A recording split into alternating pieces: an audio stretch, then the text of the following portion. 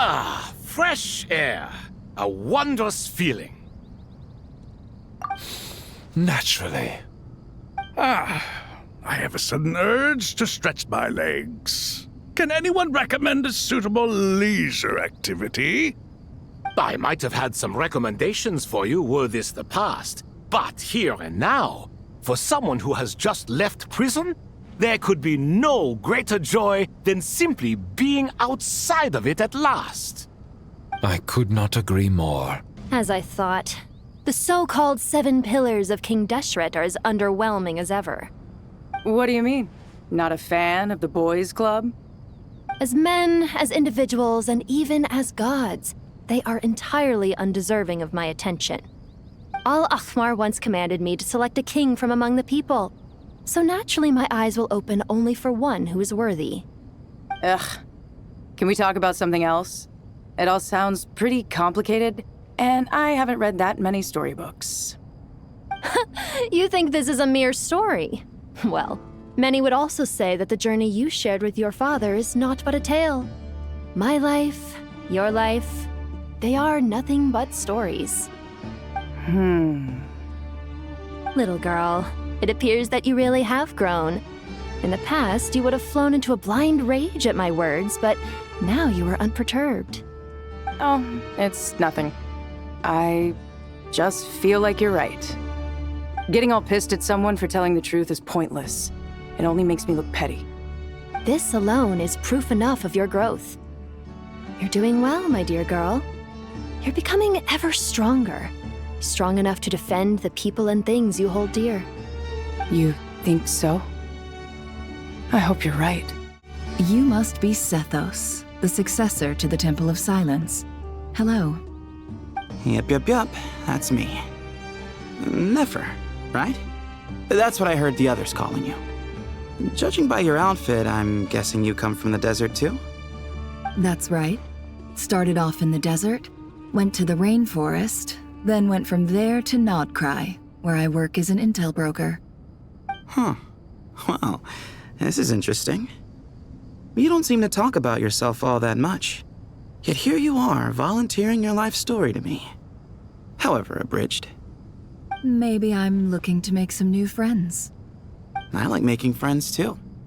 I'm easier to talk to than Sino and a little more streetwise than Tainari. Which is why you came over this way, giving me the chance to strike up a conversation with you. Was I that obvious? I think you did fine. You were mindful of my attitude and hoped to lure me in through sentiment. Lure you in isn't exactly how I'd put it. I see it more as an invitation. An invitation to what? To put down your luggage. Lay down your burdens. To return to your homeland.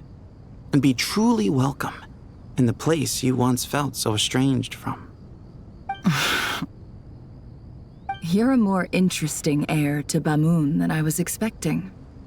Since you're familiar with my grandfather, I'll assume you're aware of our situation. I'd like to make friends with you. And I think you'd be a great asset to us. Not to mention the power you and I both hold. Originally belonged to the same organization. Aha, there we go. Now we're getting somewhere.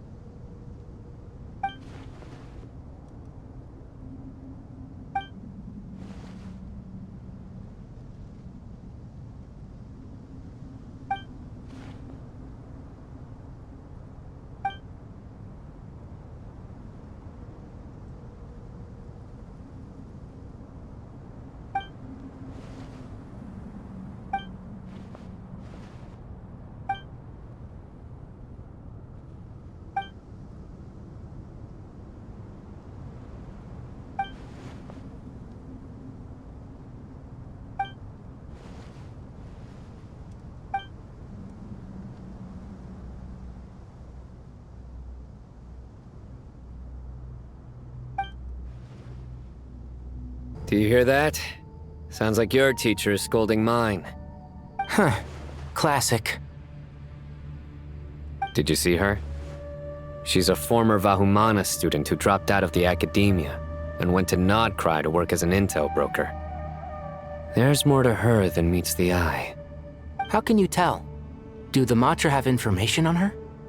Some, but nothing telling. I'm basing it on the fact that she seems to be an expert liar. She can fool many with her words. A sixth sense for liars after investigating so many of them, I take it? Yep. What about you? What do you make of her?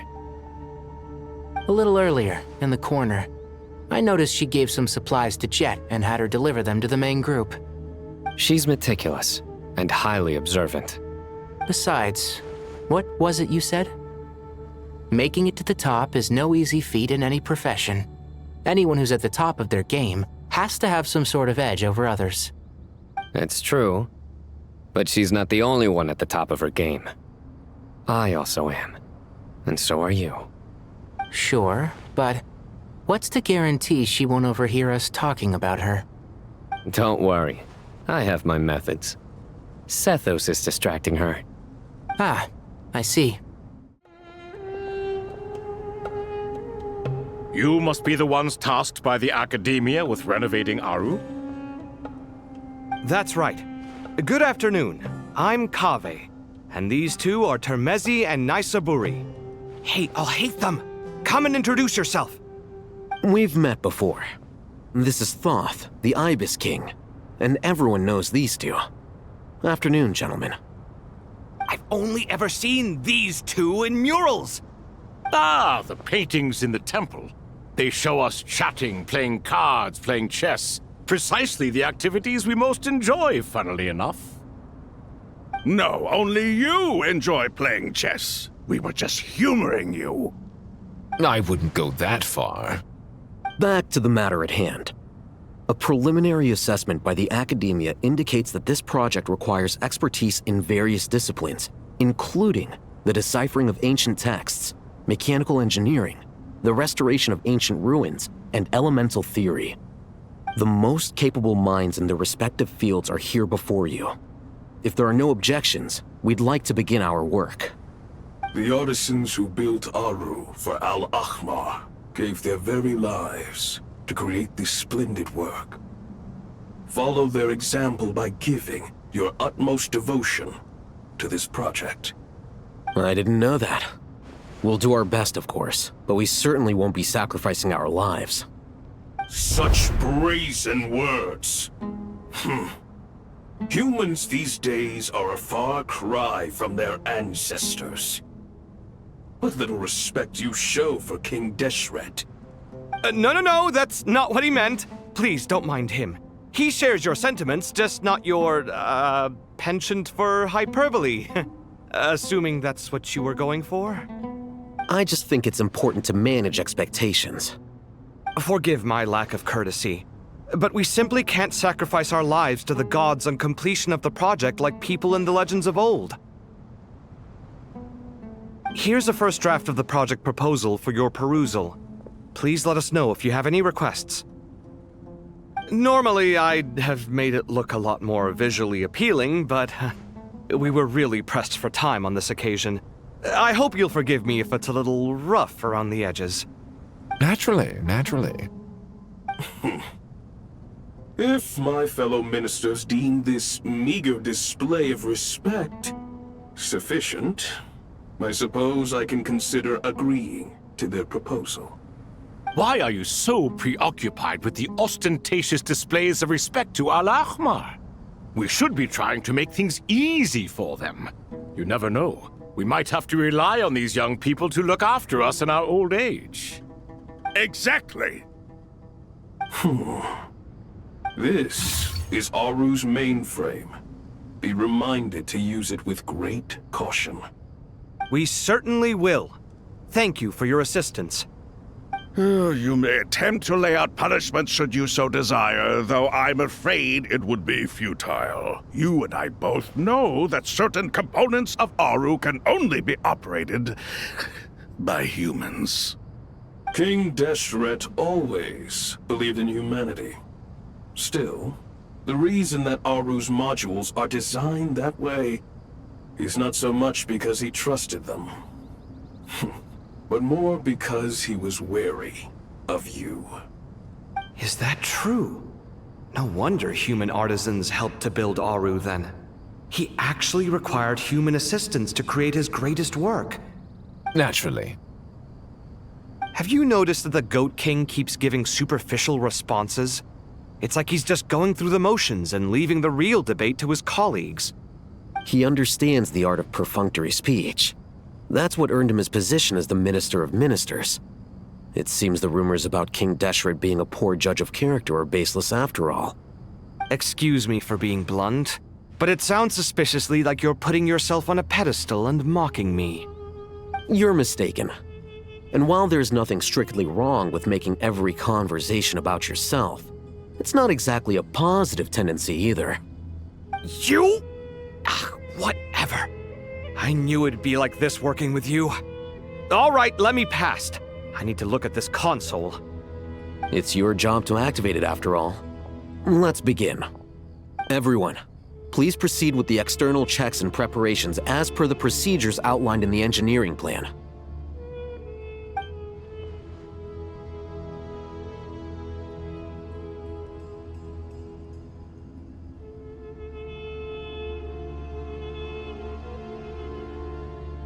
Hello there, youngsters. Whoa, the Ibis King came to life. What do you mean, came to life? I've been alive the whole time. You did say we could start our research, right? Are you having second thoughts now? I've reviewed the proposal. The work you're planning to carry out on this grand device is ambitious in its scope. You have ample confidence in your abilities, I take it? I wouldn't say I'm feeling hugely confident, but given how bad things are, I'd rather at least try something than sit around waiting to die. You are the top scholars of your day.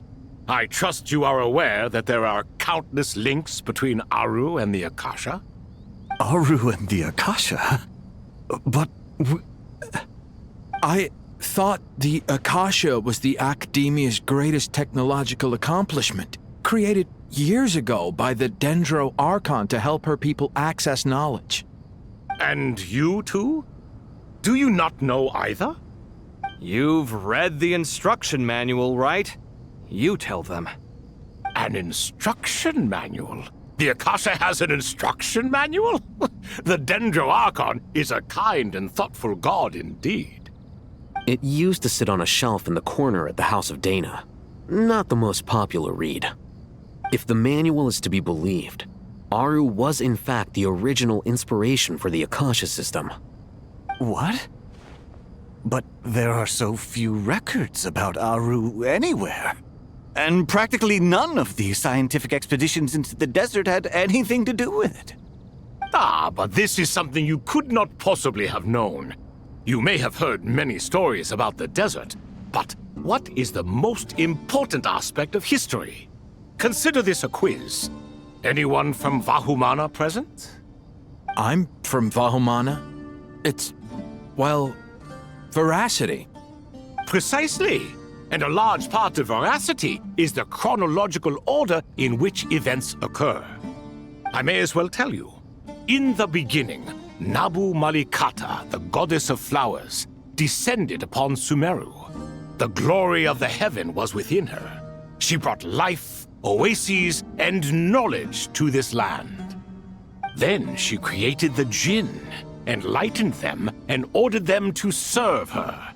Two other gods also walked upon this land where wisdom flowed in abundance, and the three met beneath the great green trees. It was the first and greatest alliance. We should speak with reverence of this covenant between the three, which transcended both time and life. For they promised that in Sumeru, wisdom would be shared with all. All the great changes in Sumeru's history began with the goddess of flowers. For King Deshret's sake, she pried into the secrets of Celestia, and for this was burned to ashes by the flames of wrath. So grieved was King Deshret by her passing that he lost all interest in state affairs and devoted himself instead to the knowledge that she had brought back. It was after learning of the technology from that floating island in the sky that he first conceived of Aru. And so, the Akasha was inspired by Aru, while the basis for Aru itself came from Celestia's technology. Well, if the two share a common technological origin, then connecting one system to the other is an entirely feasible idea. Unbelievable. Have you no reverence at all for celestial technology? No, I do, but there's no time for that. The schedule is too tight. Blame it on the deadline. Perhaps you could try coming up with our cutoff dates. You know what it's like having to turn around 5 different drafts in one day? I wouldn't wish it on my worst enemy. Yeah, also, Sir Ibis, King, you don't plan on getting directly involved at all, do you? Yes, well, you strike us more as having come to give a popular science lecture. Or, wait, does this count as more of a first-hand witness statement? Neither. Anyway, this sounds like far too much work for me. Still, if Aru is so powerful, why didn't King Deshret use it for more ambitious ends? Because it was never fully completed. King Deshret had grand plans, but he perished before they could come to fruition. In the beginning, his wish was to create something that could rival the very world itself. The Lord of Flowers sacrificed everything for that ambition. What he desired, she bestowed, and thus was knowledge brought into the world. Her courage and sacrifice had to be honored with the most splendid of monuments, or King Deshret would surely have deemed it a grave injustice. And that monument, built from knowledge and technology, etched with a sacrificial and courageous love, even in its unfinished form, it deserves to be treasured. At that time, King Deshret said the following to the Lord of Dendro. Since we share an eternal covenant, I shall never be your enemy. Hence, the fruit of wisdom from the heavens is not to be devoured. Remember, it is not that I lack the power to become the enemy of wisdom. Yet you and she have taught me much and shown me kindness. For this, I cherish you both. In the end, Aru was only used to store a portion of the souls. It was but a primitive form of the masterwork the king had envisaged. His final hope for Aru was to return to the past, when she yet lived. So the point you're making is, King Deshret was both powerful and ambitious, and he only ceased his imperious ways out of affection for the Goddess of Flowers and the Dendro Archon. You could see this as an act of mercy, but you could also see it as the sentiments that lay between these three gods placing constraints on him. This was, after all, the foundation of the alliance between them. This explains why Aru was both a prison and a monument, and why the answer to the 3 questions was time. You have to be careful who you get involved with, or you invite all manner of misfortune. This is as true for gods as it is for humans. Love is the same. It is both a prison and a monument. All right, let us pause the story here for now. Seeing as you've been so diligent, I'll offer a little help. Who's in charge again? Is it you two? Ah, yes, me and him. Now then, close your eyes. Wisdom hides in the space between the tangible and the intangible. It is to convey the incommunicable through the simplest of mediums. By the power of King Deshret, I shall grant you a glimpse into the unseen secrets that lie at the threshold of existence.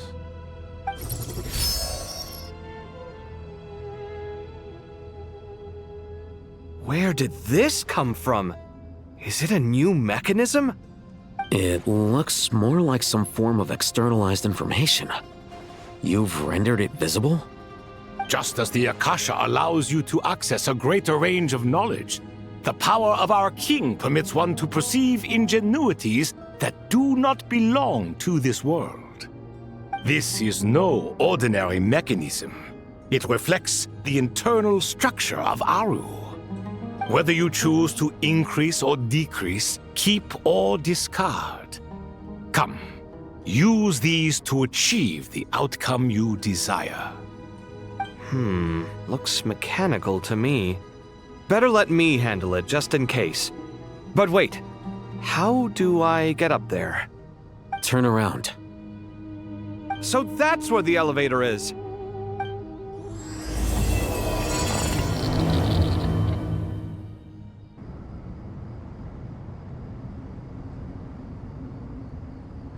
Obelisks were used to record important information in the ancient desert civilization.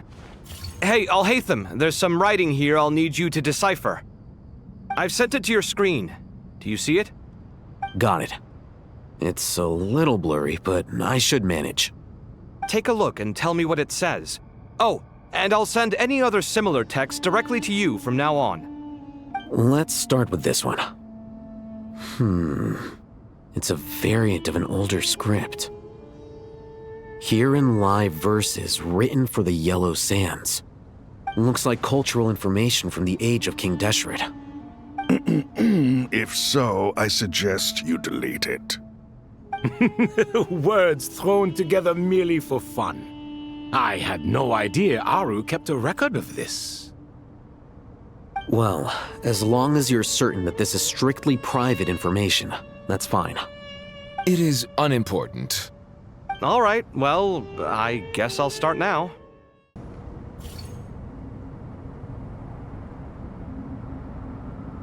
Found some more. Sending them over to you now. These are all reports about the Gurubad conflict. Can we delete them? I'd say so. Most of this information has already been archived anyway. What if there are details in there that Vahumana missed? What are we supposed to do if they come after us in the future? They'll just have to live with it. If we don't resolve these issues now, there won't even be an academia in the future, let alone a Vahumana Darshan. Yeah, you're right. Okay, done. There's some other similar monuments nearby. I'll check them out.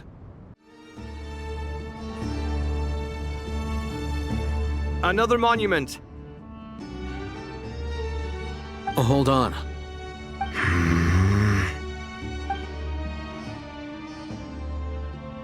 You're still reading it? How long is it? It records the development and governance of the Oasis civilization. Most of it concerns the Jinn, but it also contains records left by the artisans who built Aru. Is it important? Some of it. There was no way for me to read the whole thing in its entirety, so I had to rely on my intuition to pick the parts worth keeping. What about the artisans' records? What do they mention? They're speculations, mostly. For instance, they were wondering how to protect themselves if King Deshret decided to silence them after the construction of Aru was complete. Sounds like pure mythology to me. Surely that kind of thing didn't really happen. The records do emphasize that this was merely their conjecture based on various myths. Still, the artisans did leave details of their plans to survive, including blueprints for their escape route. Even that got recorded? Okay, well, I'll make a copy of this first before I delete it. Is that truly necessary? You won't be needing those. No, the blueprints are important. I want to keep them as a memento.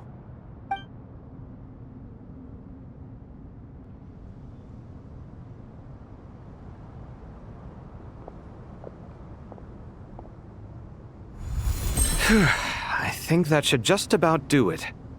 It meets the requirements of the contingency plans, so we should be good.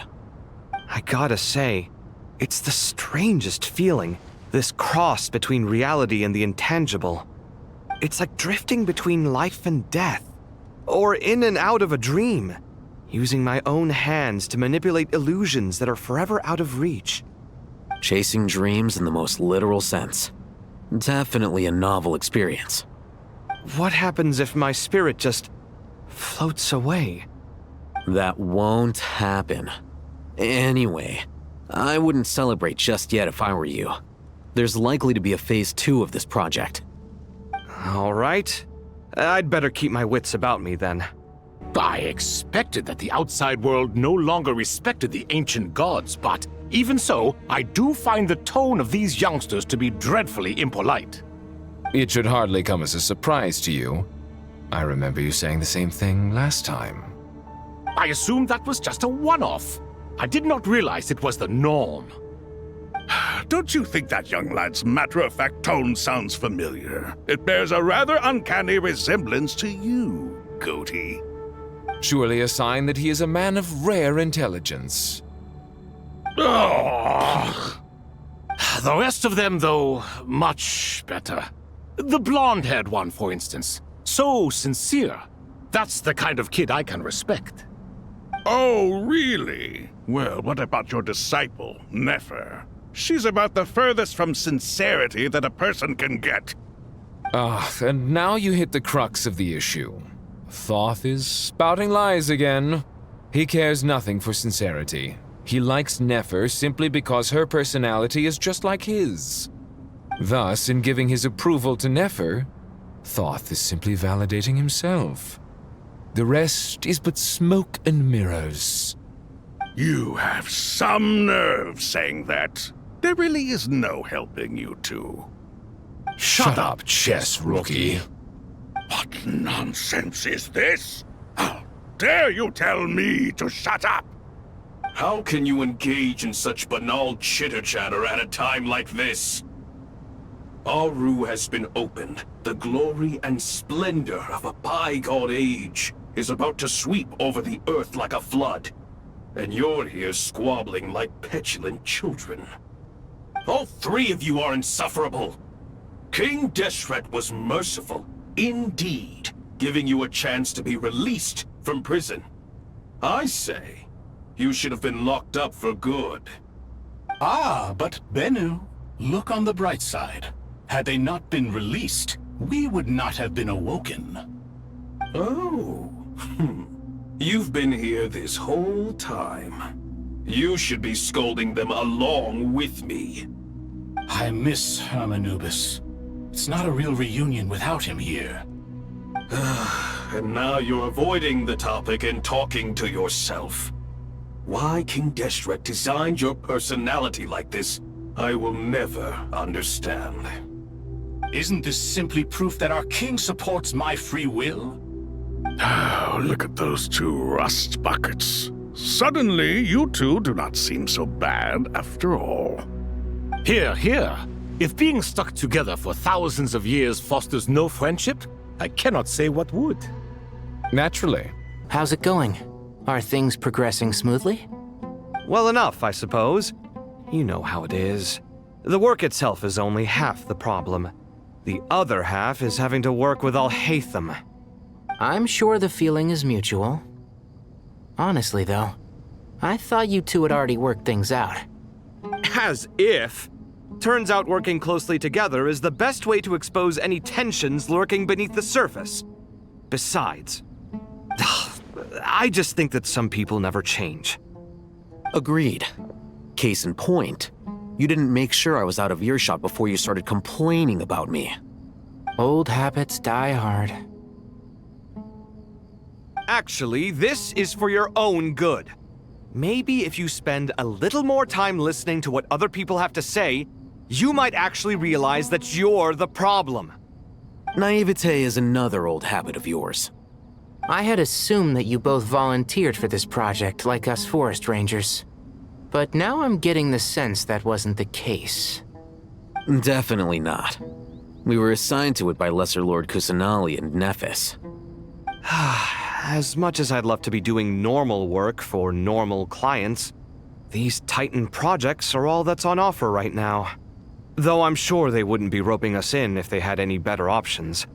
Just goes to show how short-staffed the academia really is. I'm sure you've prepared yourself mentally, but I still feel the need to advise you to lower your expectations. It might make the process of working together a little less intolerable. I know! Same to you! But if you already understood that, you should also know not to say the quiet part out loud. Why don't you come help me with my forest patrols? Might help you avoid any further disagreements. Good suggestion, but unfortunately, differences of opinion will always exist. Changing the nature of the work won't get rid of them. For once, I actually agree. There is zero chance of us ever resolving our differences. Zero!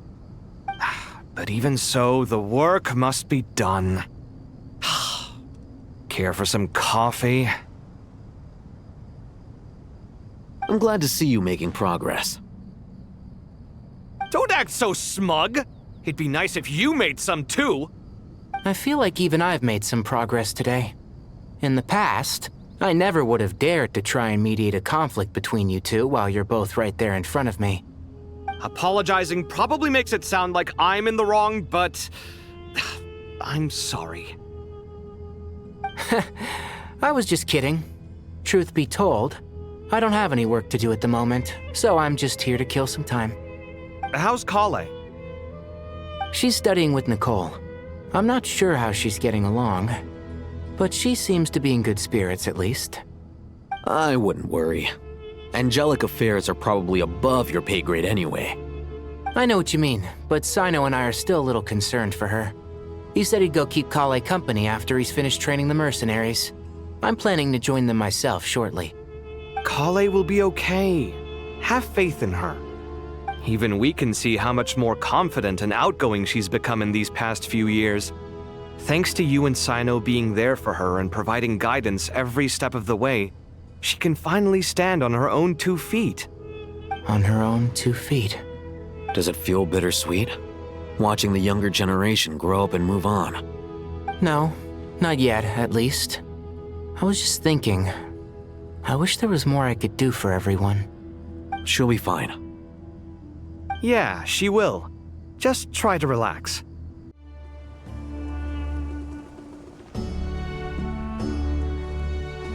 Traveler from afar, do you worry for the fate of Sumeru as well? Whoa! It's Sobek the Crocodile King! Greetings, Crocodile King. Please be at ease. I'm just here to chat with you about Lesser Lord Kusanali. Sounds like you really care about her. Yes, although to be exact, it is a mixture of both concern and curiosity that I feel. Speaking of Nahida, Paimon was wondering how she's doing. Wait a moment.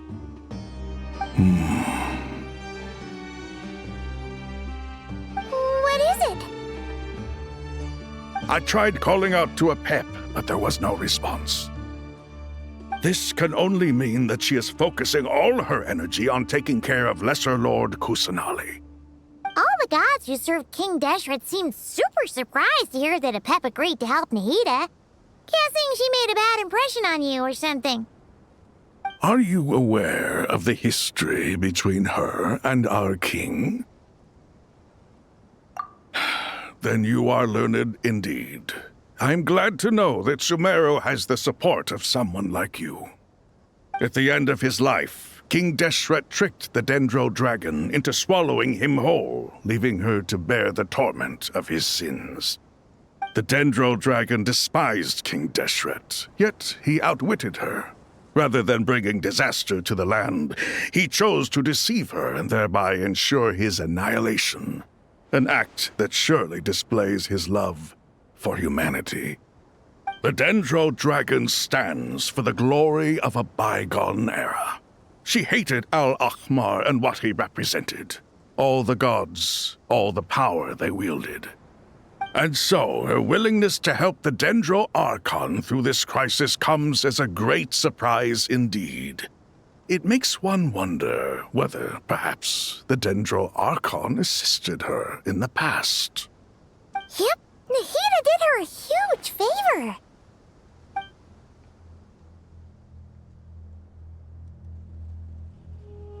So Lesser Lord Kusanali put an end to the Dendro Dragon's many long years of torment. As much as she loathes the Seven, Apep knows kindness when she sees it. No wonder she was willing to make an exception. Yeah, that's the sense we got from dealing with her, too. She is not incapable of coexisting with other living things. Rather, she actively chooses to avoid coexistence.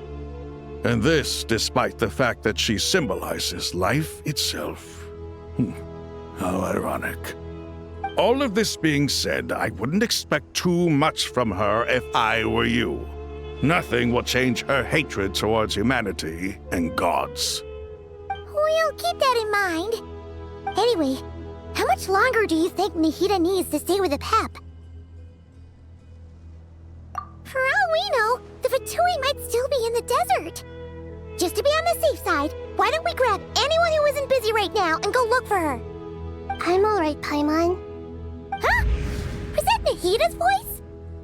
It seems the treatment was effective. Since when do my deeds require your evaluation?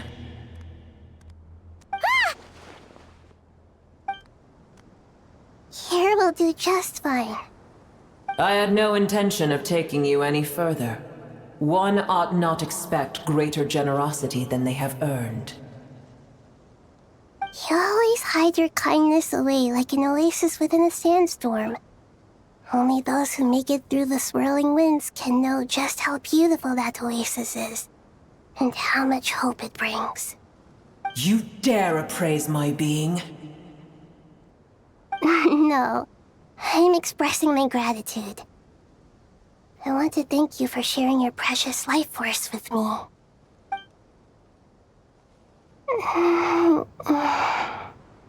Awake already? You are more resilient than I thought. Pep. I feel much better. Thank you. Gods and their gratitude mean little to me. I would rather you give me your assurance that the situation with Irminsul and Sumeru's ley lines will be competently managed. If I suffer any ill effects from the ley lines, you, as the god of this land, will be held responsible.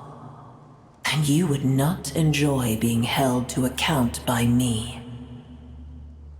I understand what you require, but I would assume this task even if you did not demand it. Sumeru is my responsibility. I must resume my duties as soon as possible. A farcical notion. God of Sumeru, I hope you realize how unextraordinary your strength is.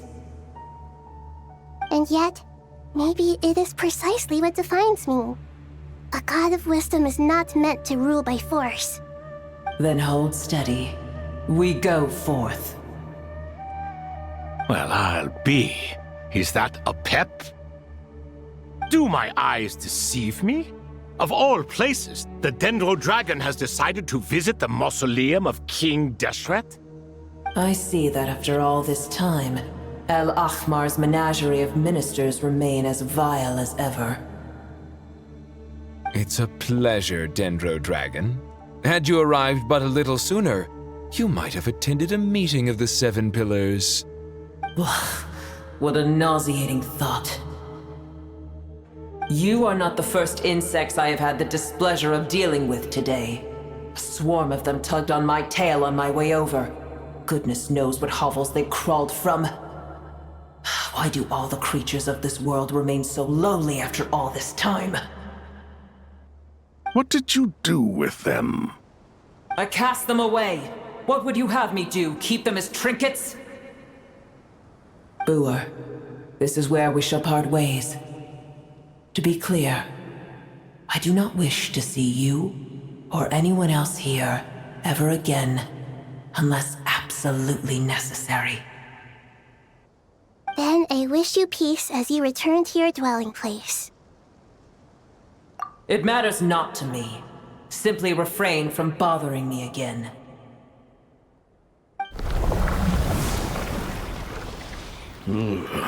A force to be reckoned with. At times like this, I feel glad that she has no interest in any of this. Hold on, just hold on, okay? We're almost there.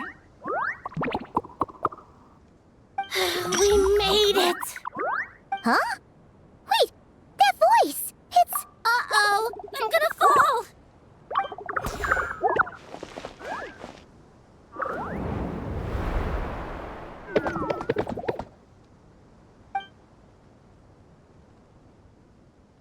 Well, that's a relief. A pair of safe hands indeed. The Dendro Archon's familiars. They are the last thing I expected to see here. Huh?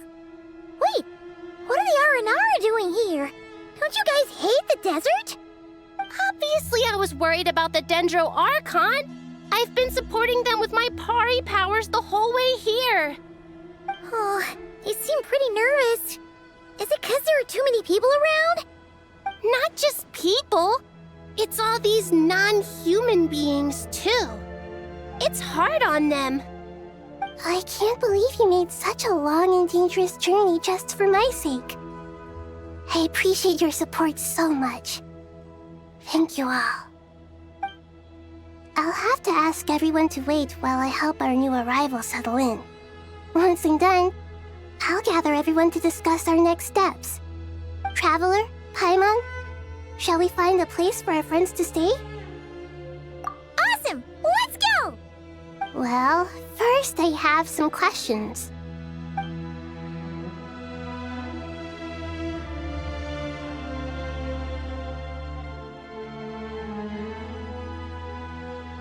Okay, I think that covers everything. Thank you. We can get going now.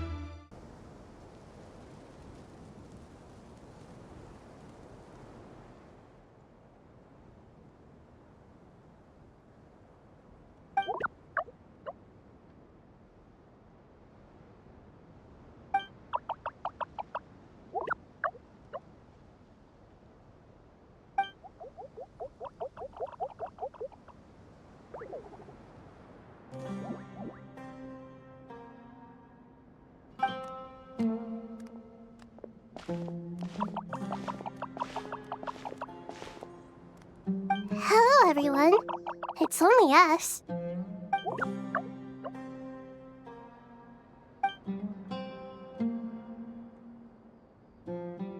It must be very tough for you coming all the way out here, especially since you don't like the Voluka. Is everyone back in Vanarana doing well?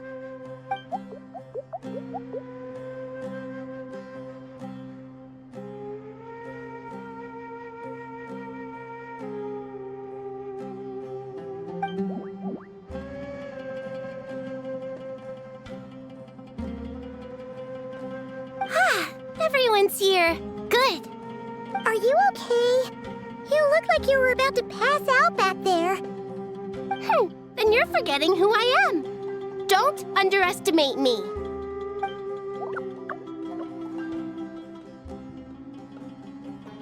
Red flag. Oh, excuse me.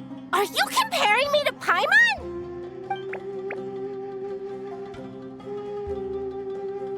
I suppose everyone is gathered here because of me. As we can see, the situation is critical, and everyone is very busy with their various tasks, so...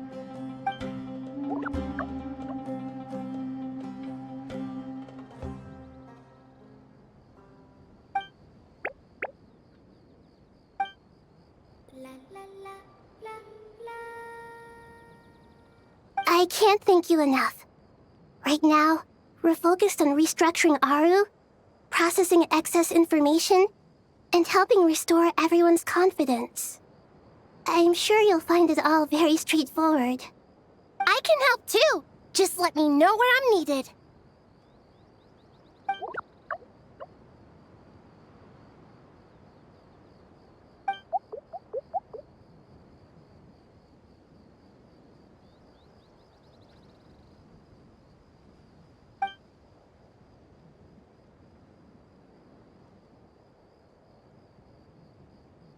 Up to no good?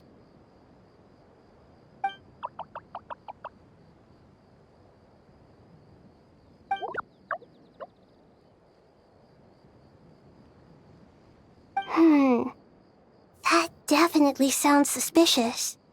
Traveler, Paimon, I have other work to attend to here that needs to take priority. Could I trouble you to investigate the situation Arabalika spoke of? No problem. Leave it to us! Thank you. I'm counting on you.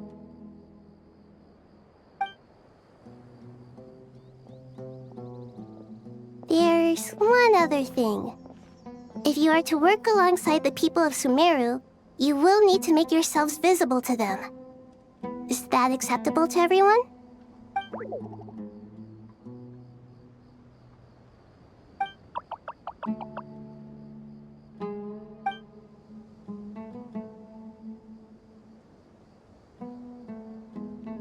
There's nothing to fear. No one here will hurt you. But if you do feel afraid, don't worry. Just call my name and I'll be there. Very well. Now, I shall bestow a small blessing upon you all. Whenever people see you and interact with you, from the moment their gaze meets yours, they will experience the most beautiful of dreams.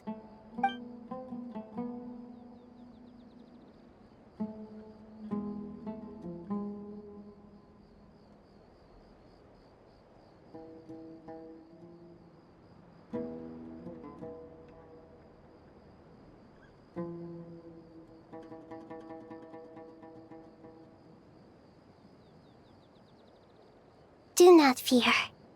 We will face it together. This too shall pass.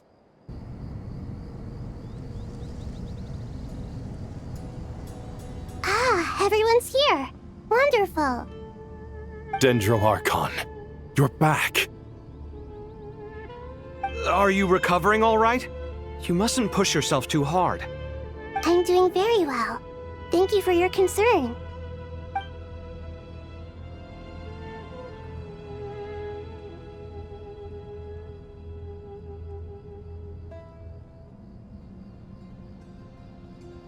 I see. Using the power of Aru to reboot the Akasha and gain access to Ermin's soul. It's a sound plan, although... I regret to be the bearer of bad news, but with the state that Ermin's soul is currently in, it's impossible to access via traditional means. Even the Akasha won't change that. Alas, we had feared this may be the case. And what about non-traditional means? Non-traditional means? Are you saying... Desperate times call for new measures. Hey! We're here! Ah, it's you. Is there a situation?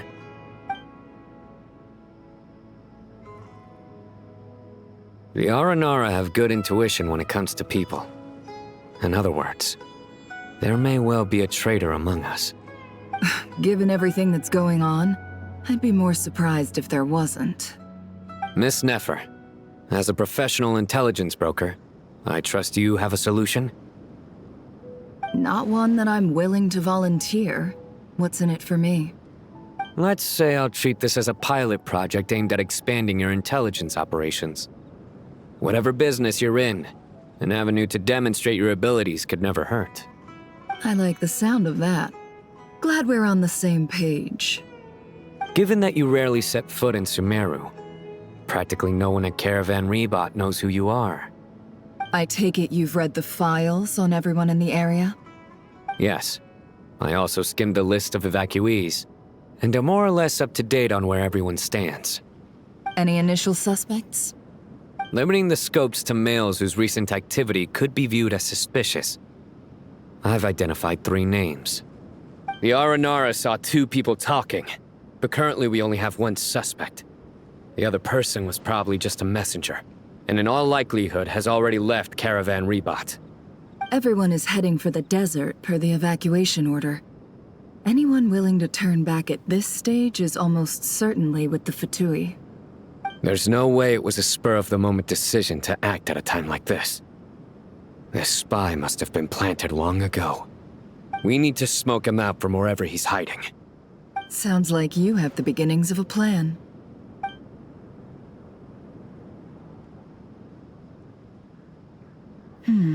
I see. Your suspicions are well-founded. I'd be watching him too if I were you. So far, we still lack solid evidence that he's been bribed. He hasn't made any recent purchases that would indicate he came into some cash. Then let's get closer to him to confirm before we make our move. I can handle it. I'm not based in Sumeru, so barely anyone at Caravan Rebot knows who I am. And you're certain you've never encountered this person in nod-crai? I'm certain. Besides, it's extremely rare for me to have had any direct contact with Sumeru mercenaries besides Jet.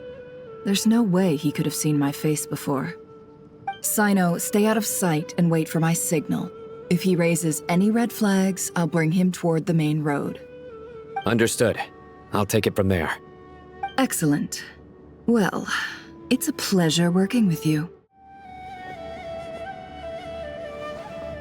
Darker skin, scars, frequents the desert and has ample combat experience. Nothing unusual about how he dresses or acts. What's that he's looking at? A coin. Interesting. Could that be how his contact paid him? Conveniently discreet for someone trying to hide any unexplained income. And yet it could be highly valuable. Sorry to bother you. Has everyone here already left? I don't suppose you happen to see a lady wearing a hat? Ma'am, what are you doing in Caravan Rebot all by yourself? The main group evacuated some time ago. Didn't you pass them on the road? My friend and I lost some of our cargo along the way. I didn't want to miss out on potential business, so I told her to go on ahead and meet the client while I retraced our steps. I didn't think it would be so late by the time I found it. And then there was a terrible sandstorm. I guess I must have taken a wrong turn, because I didn't see any large groups on my way here. Forgive me for asking, but just to be on the safe side, could you describe this friend of yours? Sure. She has blonde hair, and she was wearing a hat and a white dress. You'd definitely know if you'd seen her. Yes, I think that does ring a bell. My apologies. During this exceptional time, the Corps of 30 are under orders to be extra cautious when dealing with unknown people, whoever they might be. I understand. Well, sir, is there anything else you need to know? If not, I'd better try and catch up with them. Hey, wait! They left a good while ago now. You'll never catch up with them on your own. Why don't I give you a ride? I'm here to collect the last few people anyway. We have plenty of carts, so one more won't be a problem. That would be amazing. Traveling with a group will be much safer. I'll have to pay you for your trouble. Hey, let's not worry about the money for now. Wait here a moment. Once I'm done packing up, I'll take you to join the rest of the group. All right, thanks. Let me know if you need a hand carrying anything. No need for that. I'm strong enough for both of us. Okay. Well, I wish there was some way I could repay you. Guess it's my lucky day, running into someone who knows what they're doing here. You might have just saved my life, you know? You're not wrong there. I mean, what kind of cargo is so important that it's worth risking your life to get back? I hope for your sake that it's priceless. Actually, I suppose I can tell you, since you've been such a big help. But be sure to keep it to yourself, or we could both be in big trouble. Oh, really? Sounds mysterious. We're in the antiques business. You understand? Some of our goods aren't acquired through the most legitimate means. We have to be very discreet when we're selling them. That's why I had to go looking for the missing cargo alone. No wonder. Well, ma'am, in that case, it turns out that maybe there is something you could do for me. I'm all ears. But to be clear, our commission isn't cheap. Think carefully before you ask. We don't want to ruin our relationship before we even hit the road. I'm sure that won't be a problem. My issue is, I have something that's a little difficult to sell on as well. Take a look at this.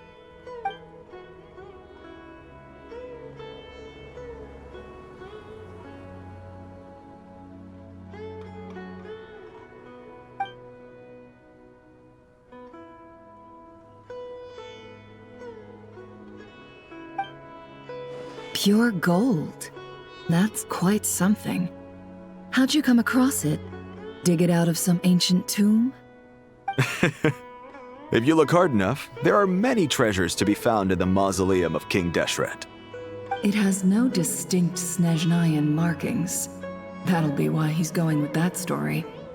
And he clearly doesn't want to arouse suspicion, so he's on the lookout for an opportunity to make a quiet trade. Surely you have an existing business partner. Won't they take it off your hands? I hope I won't be attracting the wrath of my competitors by helping you sell this. The shop I used to work with is having cash flow issues at the moment after losing some money. I'm under enough pressure as it is without having to deal with them.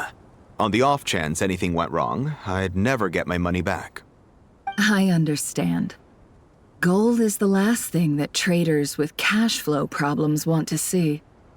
Well, in that case, I think we can work something out. As it happens, I'm just about done packing. Shall we make a move? Sure. Let's walk and talk. This evacuation was a huge operation. They needed a few people to stay behind and tie up loose ends. And I ended up being one of them. You're lucky you ran into us in time. I certainly am. I don't know how this happened. One thing led to another, and look how it ended up. I just hope our client doesn't get spooked and cancel their order. Fingers crossed. But either way, life goes on, and we all have to make a living somehow.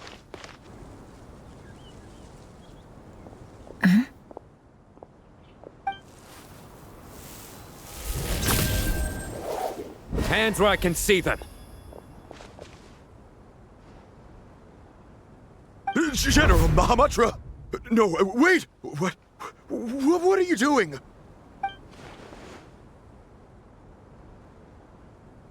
This is the coin? Good. Sadly, you won't have the chance to spend it. Nicely done. Looks like Sumeru's Matra are a well-oiled machine nowadays. Unmarked gold coins are quite difficult to trace. Thanks to you, we have secured the evidence. Here's what's gonna happen.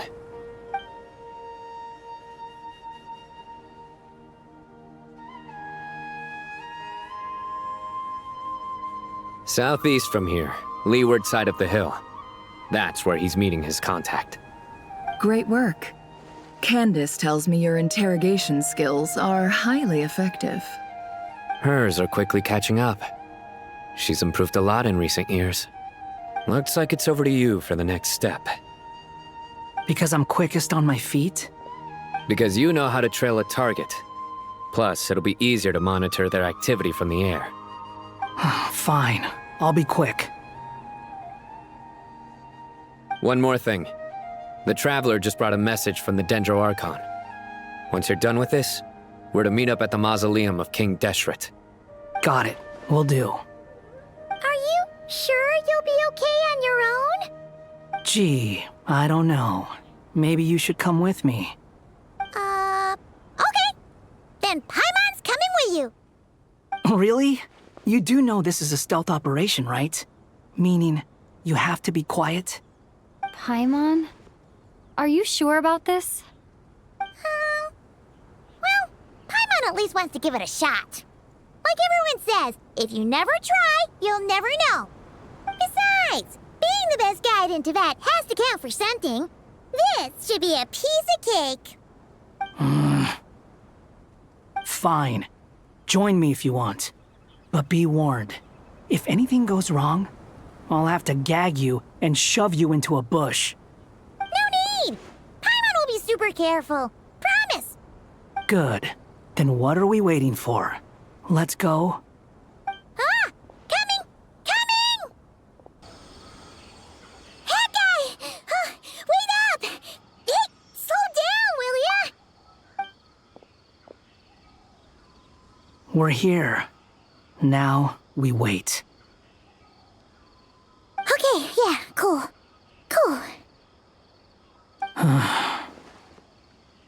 What's on your mind, Paimon?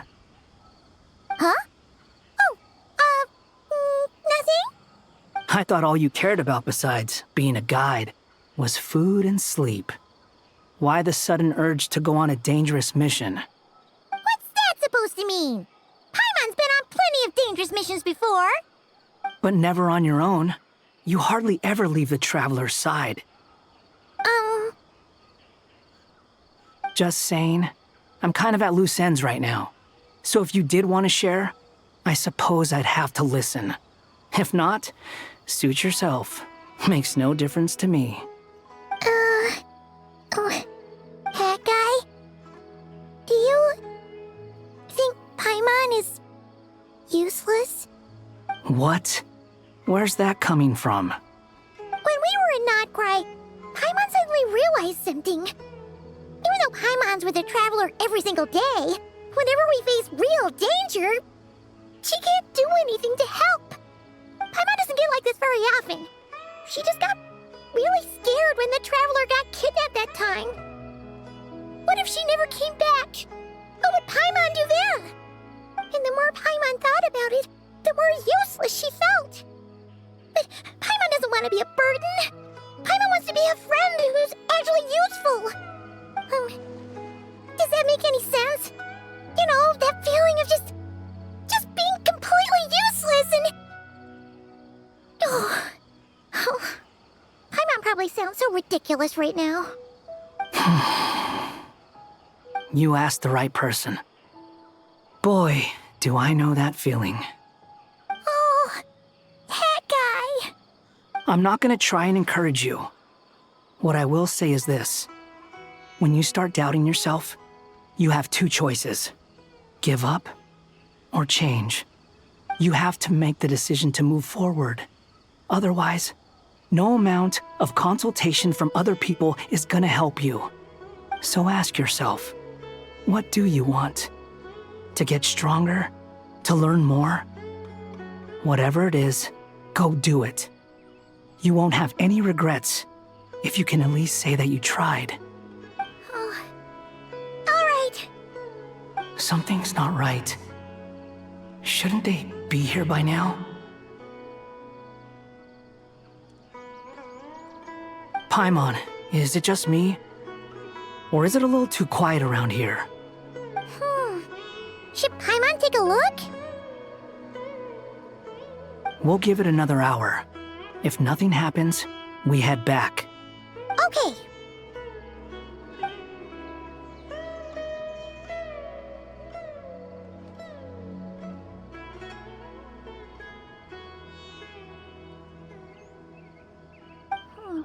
How strange. We've been here for ages. Where the heck are they? Have we been stood up? What is it? Did you think of something?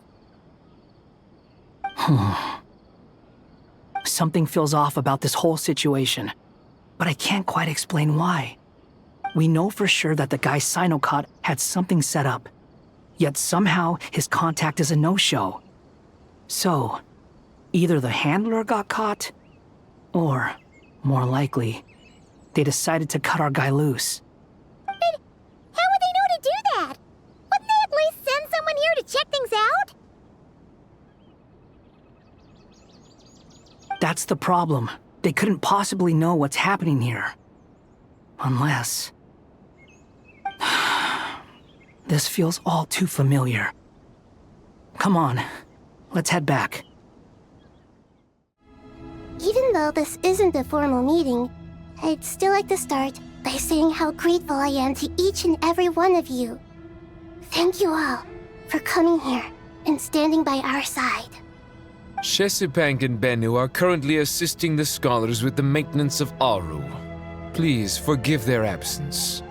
As for Hermanubis, may he rest in peace. We remember him with great fondness. There have been times when I imagined what it might be like to meet you all. Now that it's really happening, I feel quite emotional. Time has taken many things away, but that which remains is all the more resilient. I must say, there is one thing that rather surprises me. You appear to be in good spirits, Lesser Lord Kusanali. But even so, I can sense that the life force given to you by the Dendral Dragon has far from fully resolved the problem of your vitality. Oh no! So even Apep's power didn't work? Don't worry, Paimon. It worked very well indeed. The issue is how closely I am tied to Irminsul. Until the problem with it is resolved, there is no way I can fully recover. Sumeru has undergone tremendous changes during your absence. When gods pass away, inevitably, people's faith in them grows weaker. You must have sensed it already. Your power is not what it once was. Regrettably, this is true. I too have grown weaker due to the effects of Irminsul. Right now, we're all in quite a sorry state. Then what do you suggest? We take all the help we can get. Sumeru is our shared home. You and I, gods and humans alike. We must unite all our strength in this moment. Though Al-Ahmar is no longer with us, the alliance between the three gods remains in force. Regardless, as subjects of our king, we have a responsibility to support Sumeru through this catastrophe. Not to mention that it was the people of Sumeru who released us from this prison of Aru. Times have changed, and the people of today possess greater wisdom than those of the past. You really know how to give a rousing speech, Goti. Now then, let us learn more about your plan. The brightest minds of the Sumeru Academia are busy opening and renovating Aru. They claim it has something to do with Irminsul? Correct. Irminsul has existed in Teyvat since the very beginning. But during the Age of the Dragons, it did not possess the significance it holds today. After the heavenly principles arrived, the power of the Light Realm was divided into elemental energy, and Irminsul was refashioned as a device that records and preserves all information. Since then, everything in this world has been inextricably linked to it. As the Dendral Archon, I have a duty to protect Irminsul. To Sumeru, it is both a national treasure and undeniably a major threat. Teyvat has seen many upheavals in the last few years. The most recent of these was a major crisis in nod-crai, which forced Sumeru to be even more vigilant than usual. I made sure to monitor all the pathways through which an outsider could potentially transmit themselves into Irminsul. But despite my efforts, a major problem still arose within. I still believe that someone has actively invaded Irminsul. But rather than taking any of the pathways I referred to, the intruder chose instead to utilize the most direct route. And the only one that cannot be protected against. By entering Irminsul through death. I see what you mean. You cannot simply stop all deceased souls from returning to the ley lines because of a potential invasion that could occur at any time. That's right. As important as it is to guard against external threats, I couldn't allow myself to stop the souls of the departed from finding peace. Please, understand how difficult this predicament was for the Dendral Archon. Defense has never been an easy task. After Irminsul was invaded, my authority was quickly restricted. Soon after that, the tree began denying access to any connections. I'm sure you feel responsible, but you are not to blame. No one can predict every possible disaster. There will always be trials and tribulations for the world to endure. But the people of Sumeru should not have to endure this. We must find a way to break through the lockdown and connect to Irminsul. And this is why you need Aru. Yes. The only thing in Sumeru capable of rivaling Irminsul in terms of overall function and performance is Al-Akhmar's legacy, Aru. All I managed to do before falling into a coma was make some minor adjustments to Irminsul. Using Aru is a last resort, and a move that comes with enormous risks.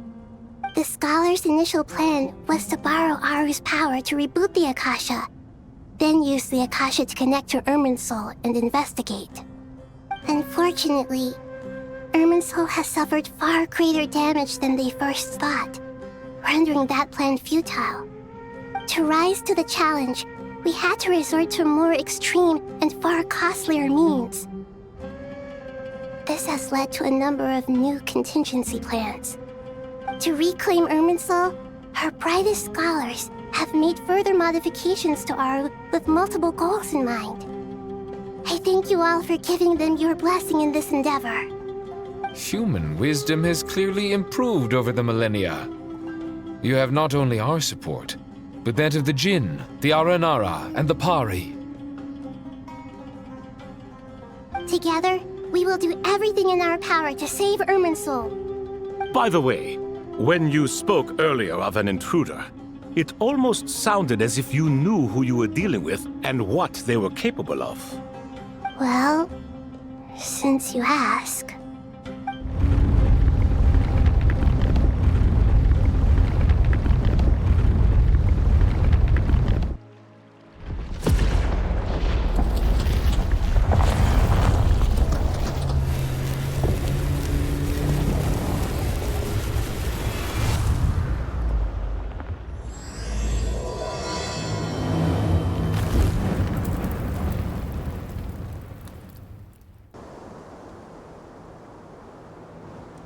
Master Tainari! What is that?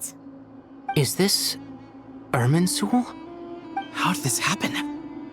What's going on inside? Luckily, we managed to evacuate everyone. What in the world was that? That was terrifying!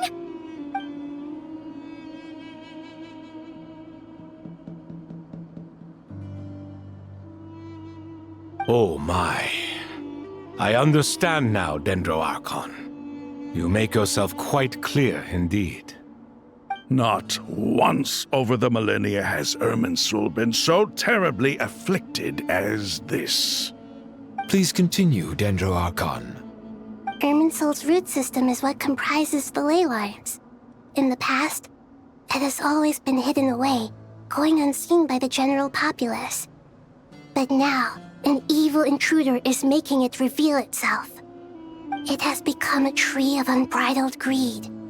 A clear sign that a deranged experiment has advanced to a new stage. Blasphemy. From where I stand, an experiment in the name of blasphemy sounds rather improper. But if we are to honor Dottores' will, this is what we must do. The birth of this tree proves to me beyond doubt that this incident is connected to him. But to explain the situation in full, there is someone I need to tell you about.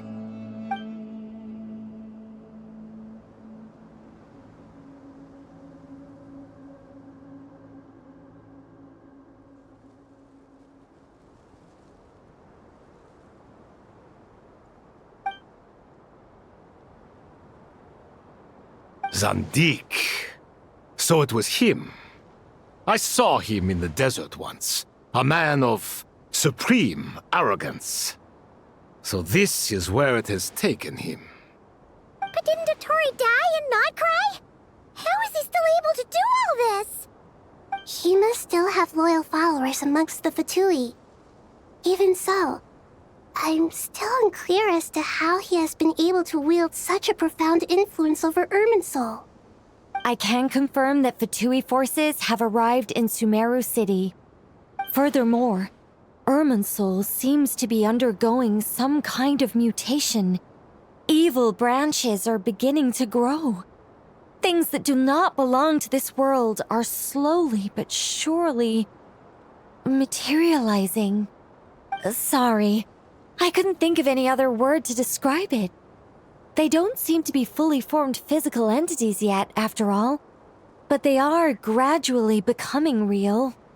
A baleful tree climbing up into the heavens. Speaking of Dottore, I have some information on that front as well.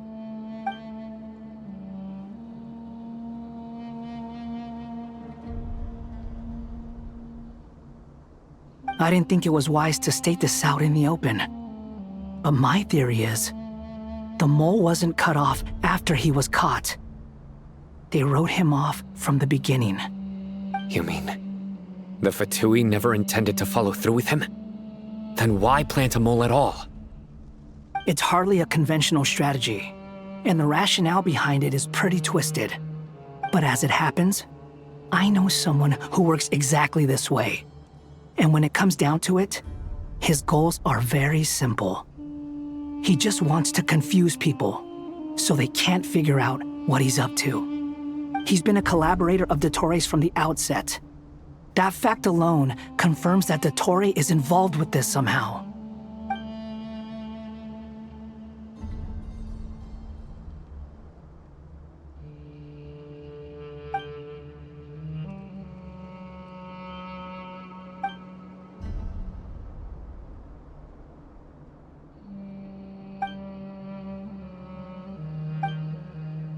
There is still much to be done. Everyone, please remember our core strategy.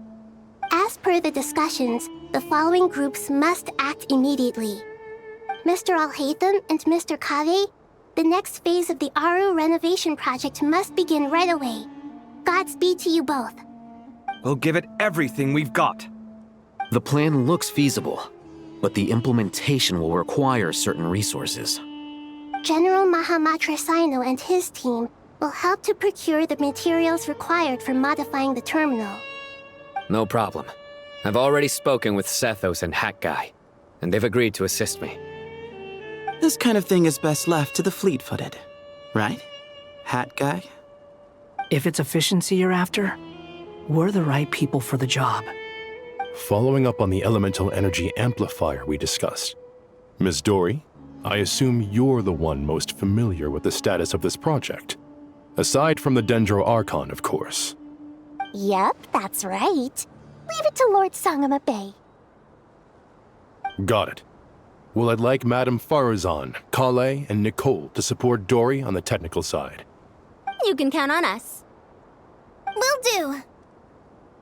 Rest assured, I'll take good care of Kale. Dia, Candace, and Nefer, you'll be in charge of negotiating between the various parties. I trust you remember our goal. You bet. We can handle it. Good. I believe that covers everything.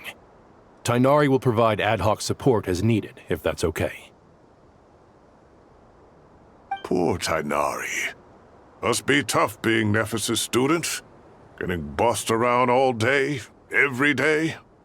Hey, don't try and drive a wedge between us, you old rascal. All it says to me is that Master Nephis has faith in everyone's abilities. While I'm nominally here as backup, I doubt there will be many situations where my help is needed. Exactly. Finally, Traveler, you and I will head to the border between Sumeru and Natlan. Once that task is complete, I'll be asking some of you to accompany me to the Eternal Oasis. The Eternal Oasis? I thought that was just a legend. So it does exist after all.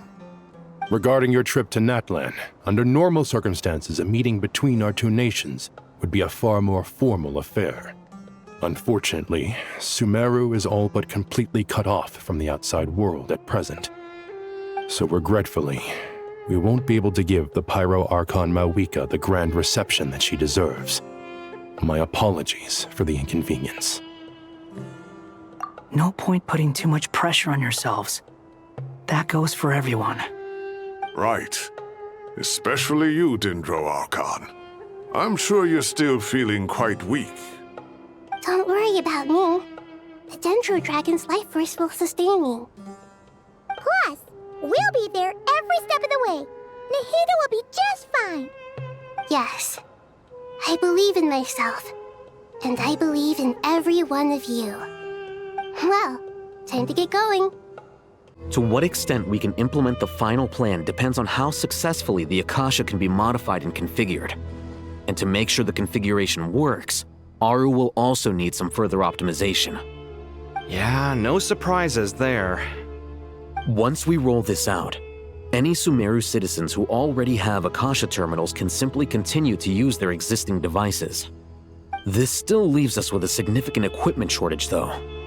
Many groups of people were never issued Akasha terminals, including mercenaries, the desert folk, and many others. We'll need a supply of rare materials for the renovation of Aru and the production of new terminals. Right now, the best place to source these locally is from the primal constructs within King Deshret's mausoleum. Time is not on our side here. It's gonna be a race against the clock. The Aru merge and renovation project will have to be carried out by you two. Everything's riding on this, so failure is not an option. Best of luck to you both. As discussed, General Mahamatra Sino and Mr. Hat Guy will source the required materials. Mr. Sethos is quite familiar with the layout of King Deshret's mausoleum. With him accompanying them, things should go quite smoothly. I have every confidence. In the meantime, we may as well take a breather. Makes sense. There's not much we can do until the materials arrive. Get information and stay close.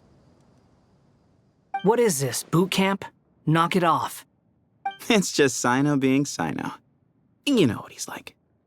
Everyone clear on our mission objective. Look at the excess primal constructs, dismantle them, and extract the required materials. And King Deshret's 7 pillars agreed to this? If they're just sitting there doing nothing, we might as well put them to use. Thoth's words, not mine. How many do we need again? Enough to make an Akasha terminal for everyone who doesn't own one.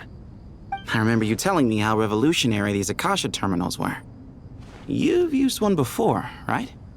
The Academia declared the Akasha to be the most powerful and comprehensive wisdom dissemination system in history. That should give you an idea of how powerful it is. Certainly sounds impressive. Neither Hat Guy nor I have ever had an Akasha terminal. Well, if it all goes to plan, that's about to change. Oh, goody! Thank you so much for handling the delivery. What a long way it was. You've really outdone yourselves. I'm well aware what a bumpy, dangerous journey it must have been. Now, I would have loved to oversee the process myself, but of course, those of us who know the plan can't leave the mausoleum. Oh, trust me, I'm patting myself on the back for my assembly work here. Simply flawless work. But will you really be needing all of this? According to our plan, yes, this is the quantity required. I have no complaints about the quality either. Only the price. So expensive. I heard you covered a lot of the funding out of your own pocket. Oh, that's an exaggeration. The Academia provided most of the funds. I just offered a small token of my goodwill. Of course, the real tragedy is how little profit I'm making on this. You know, it's a serious crisis when you can't even make money out of it. It's really quite a beautiful design. And I'm intrigued by how such a diminutive device is able to output the power of the Light Realm. Did you attend the lecture on Light Realm energy, Madame Farzan? I don't believe I saw you there. Of course I attended. I was just a little late, so I had to listen to the whole thing from outside the back door. Anyway, I have a perfectly good understanding of Light Realm, elemental and abyssal energy, as well as the relationship between the three. Good to know. Master told me in private that the conversion process between Light Realm energy and elemental energy involves highly classified knowledge that shouldn't be disseminated too widely. But even so, the scholars still shared said information. Well, you can't enforce a rule that everyone breaks. Is that the idea? At first, the Dendro Archon was reluctant to explain it in great depth for safety reasons. Later, she came to terms with it and simply informed my master that we would all have to face the question of survival together. To protect someone from such dangers means keeping them in the dark. But for someone to know and embody the wisdom within, they must understand its very essence. It's an information hazard. We're exposed to danger just by knowing the facts. And just like bait, it lures us in by offering us the solution to our problems. But if you're not careful, you'll end up pursuing it down a dark path. A tricky problem. But today, this big problem has been broken down into many smaller, more trivial ones. What do you mean? Ah, I get it. For instance, you and I share secret knowledge, while she and I take on the risks of life, death, and fate. Something like that? Hey, what? That is not what I call a trivial problem.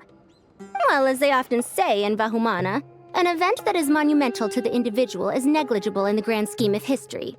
Generally, the fate of the individual is an insignificant affair. Being from Amorta, where the subject of our research tends to be a lot more personal, I have to disagree. It's hard to dismiss the individual as insignificant. In other words, the big problem of survival has been broken down into many small, interconnected factors, and each one of us represents one of those factors. When the same secret is shared with a group of people, the same fate binds them together. Most people would find this unimaginable, but to us scholars, this is the path that has always beckoned to us. Sharing knowledge is a good way to fight against fate. I will always believe in that. All right, I think that's everything. Thanks a lot. But don't go anywhere just yet. I'll still be needing you to calibrate the equipment. Okay, the materials are ready. We can proceed with the next phase. Alhaitham, how are you getting along? Most of the information in Aru is written in ancient desert scripts. Some of this is written in a tribal language, while other parts seem to be a variant of an oasis script, based on the glyph forms. Oh. Not lost to history, I hope. Some are. All we can do is infer the meaning based on the rules of related languages. Although, this section actually fills in some of the missing historical record. I'm transcribing it so we can bring it back to the academia. After Aru started up, 2 more lines of text appeared here. Can you read them? Humans may not read what is written by the gods, except by not reading. Victory should not be easy to attain, for it symbolizes divine wisdom. Knowledge must not waver, for it has external borders. Is this a clue to solving a puzzle? Or is it being symbolic? You can't read it unless you don't read it. Victory is wisdom. Knowledge is confined by borders. Wait, I think I've got it. It's a metaphor, isn't it? It's talking about... a chessboard.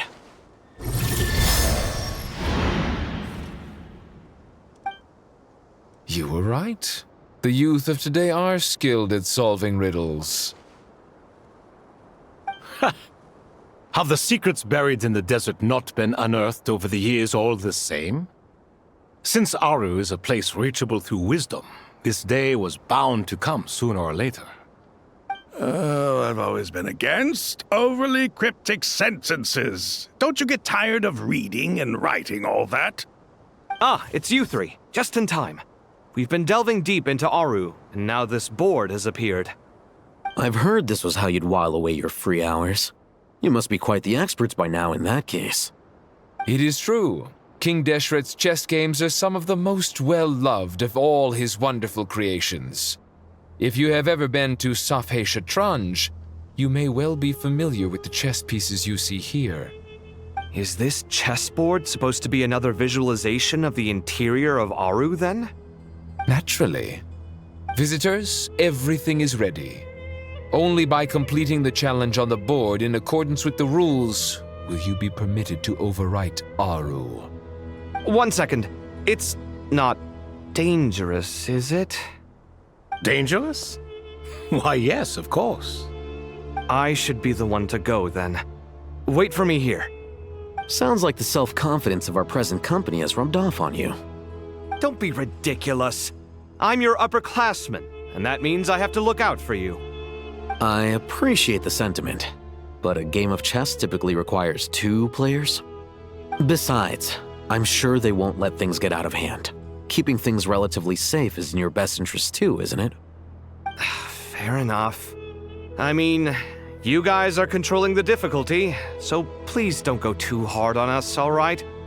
Ah, but Bennu said he wanted to put some respect into these whippersnappers.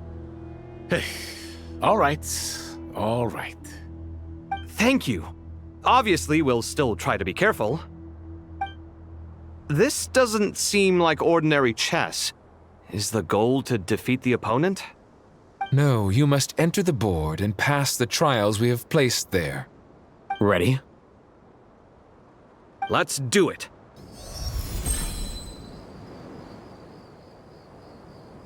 Done. Finally. It's over. But seriously, that was incredible. Standing on the chessboard felt completely different from standing on solid ground. And also... Oh, sorry. I'll save my thoughts for later. Thanks to the 3 of you for helping us out with this. Is it just me, or were you giving us quite a lot of guidance along the way? We made but a humble contribution. You lived up to our expectations. Bravo! Our aid was not given for naught. In addition to the existing functions, I'd like to ask you for another favor. Since Aru's interference shield can cover the entirety of the mausoleum, it should be possible to extend its range even further. Perhaps you can find a way. So, building upon the existing functions to... Ah! I'm with you! Imagine for a moment. What would the ideal outcome look like if this function were compatible with the devices? I agree. This is the best solution possible. Please, everyone, we beg you to help us. Me, oh my! Well, since you ask so very nicely, I suppose... Goti? Croco? What do you say? Naturally. There you are. Miss Nicole truly is an angel. She shows great wisdom in guiding others, and she has already sent word to Natlan on our behalf. She said that while the other members of the Hexen Circle are busy with important work, she is quite free, and she is more than willing to accompany the people of Sumeru for the entire journey. Oh, yes, Nicole, all right. Always super patient and loves to help everyone out. She's the best. She is. So kind and enthusiastic. Well, time for us to get going. Let's head out. This should be one of the closest places to Natlan in all of Sumeru. There's the barrier Nicole and Nefer mentioned. It completely cuts this nation off from the others. But why? Why separate you from the rest of the world now, specifically? And if I'm not mistaken, Irminsul was polluted once before, wasn't it?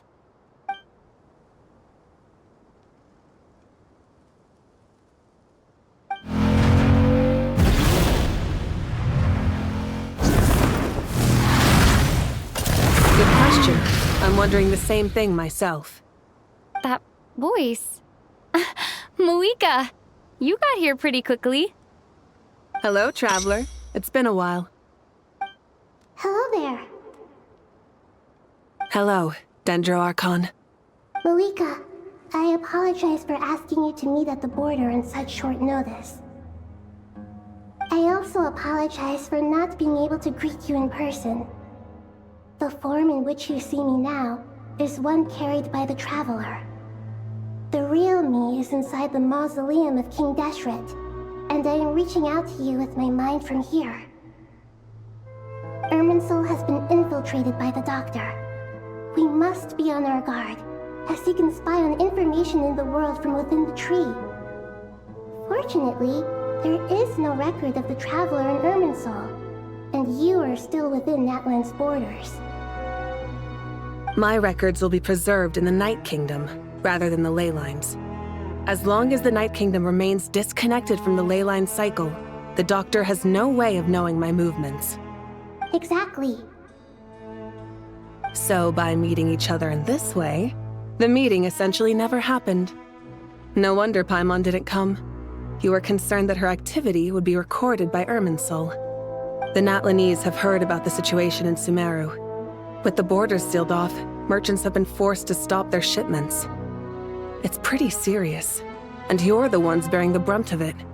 I'd like to address the question you raised at the beginning. I can offer a brief explanation, although it will sound rather cruel. I don't reach this conclusion gladly, but Irminsul predates the heavenly principles. It existed long ago, when the dragons of Natlan were at the height of their power. So even when the people of Sumeru became ill because of pollution, it was not a critical issue from the perspective of Irminsul itself. As long as it continues to function normally, the barrier will not be activated. But this time, the Doctor's invasion has directly affected the tree. That is what caused the barrier to deploy. The heavenly principles established a rule that when Irminsul is plunged into grave danger, a portion of power will be reserved to isolate Sumeru. That way, even if Sumeru is destroyed, the outside world at least has some time to catch its breath. We'd certainly need it. The heavenly principles created almost everything that exists in Teyvat today. To them, preserving the existence of the world and its inhabitants takes priority over protecting Sumeru. Meaning, protecting Sumeru now falls to you. Yes. My own power may be limited, especially compared to yours. But that doesn't mean that we're just gonna sit around and wait for the end. If necessary, I will utilize any and every means at my disposal. Nicole of the Hexen Circle didn't say exactly what this meeting was about. But after hearing everything you've said so far, I think I can guess where this is going. That's right. Nahida and I discussed it at length. We both know how presumptuous this is, but... You need the pyronosis, don't you? Yes, you guessed correctly. Originally, I only intended to borrow it, but the situation is far graver than I foresaw. So instead, what I ask of you is to please give the pyronosis to Sumeru. Why do you sound so nervous? There's no need to be shy. Surely a gnosis is pretty important to a god. I guess, but it's not as if losing it would suddenly render us powerless. But I'm sure you don't need me to tell you that. With all the nations you've traveled to, and all the gods you've met, you must have realized that by now. As far as I'm concerned, a gnosis is basically an elemental energy enhancer. But I don't usually use it. You know me. I like to think I'm pretty strong without it. Yeah. Not about to dispute that. So you see, you don't need to sweat it. Here, take the pyronosis. Uh-huh? Just like that? Uh-huh, just like that. To tell the truth, I've always toyed with the idea of giving it to someone who needs it more than I do. I know you accompanied Nahida here to try and increase the chance of success. It's a good thing you did, because your involvement is one of the main reasons you've managed to persuade me. Are you sure about this? Handing over your gnosis just because of me? I won't try to quantify it, but trust me. Handing over the gnosis to Tumaini is far from the craziest idea I could think of. Besides, even if you hadn't come here personally, I think I still would have agreed to Nahida's request. Irminsul doesn't just affect Sumeru. It impacts all of Teyvat. I know all too well how difficult it can be to protect the things you care about. So logically, morally, or however you want to cut it, helping you is the right thing to do. You don't need to tell me the specifics of your plan. Where the gnosis is involved, the tighter the secrecy, the higher your chances of success.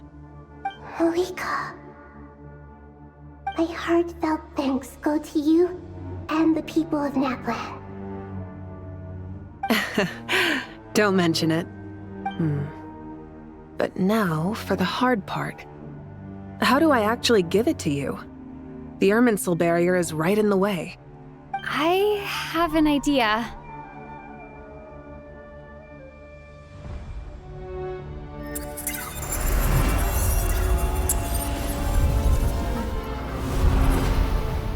Just as I thought. Incredible. What did you do? Just made a lucky guess. This seems to happen quite a lot. Things that apply to everyone else don't seem to apply to me. I figured the same might be true here. Irminsul usually produces effects based on the records it holds. Since the Traveler is a descender, Irminsul contains no records of her, and thus has no way to impede her. Is that right? You really are full of surprises. Catch. Whoa! Thank you, Moika. Thank you for trusting us with something so important. All right. No need to get so formal. It's not like we're strangers. Besides, there's still one problem. You might be able to pass through the barrier, but I don't know about the Gnosis. Any other surprises for us, Traveler? Let me try something. I have the Pyrognosis in my hand. It feels strangely ordinary, not particularly heavy. And yet, this tiny thing symbolizes the mighty authority of a god. I need to think hard about my memories of Pyro. My memories of journeying through Natlan. All those important experiences I've had. The Gnosis disappeared. Traveler, are you alright? I'm fine. The Pyrognosis disappeared into my body, just like phlogiston.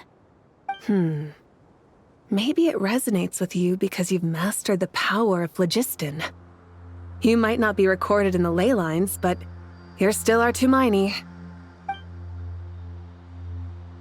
Whew.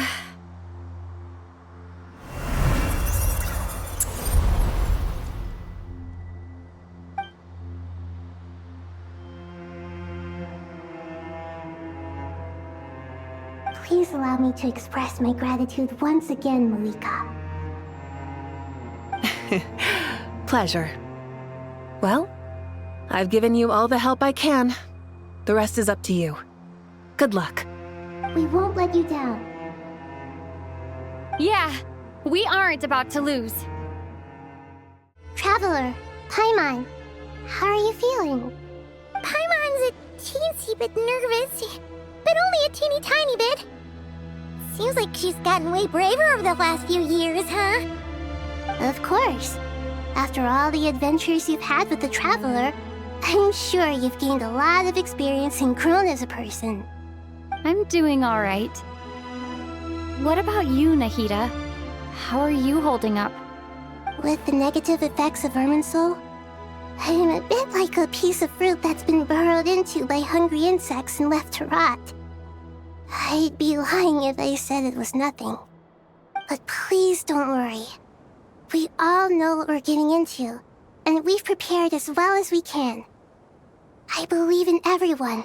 I believe in you. And I believe in myself.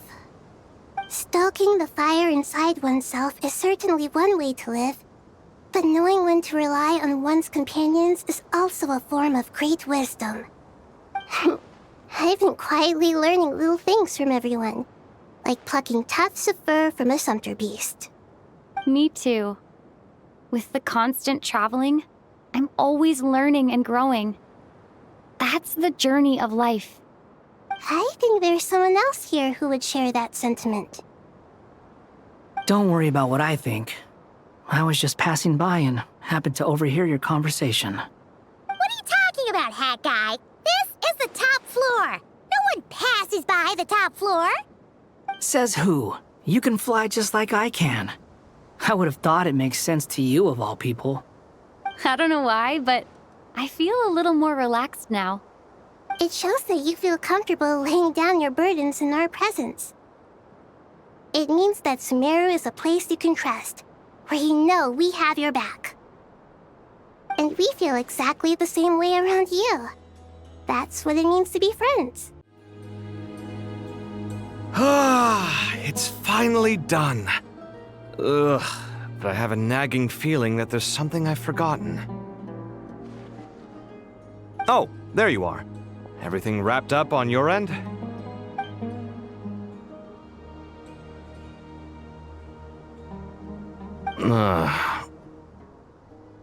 Okay, fair enough. That was a pointless question.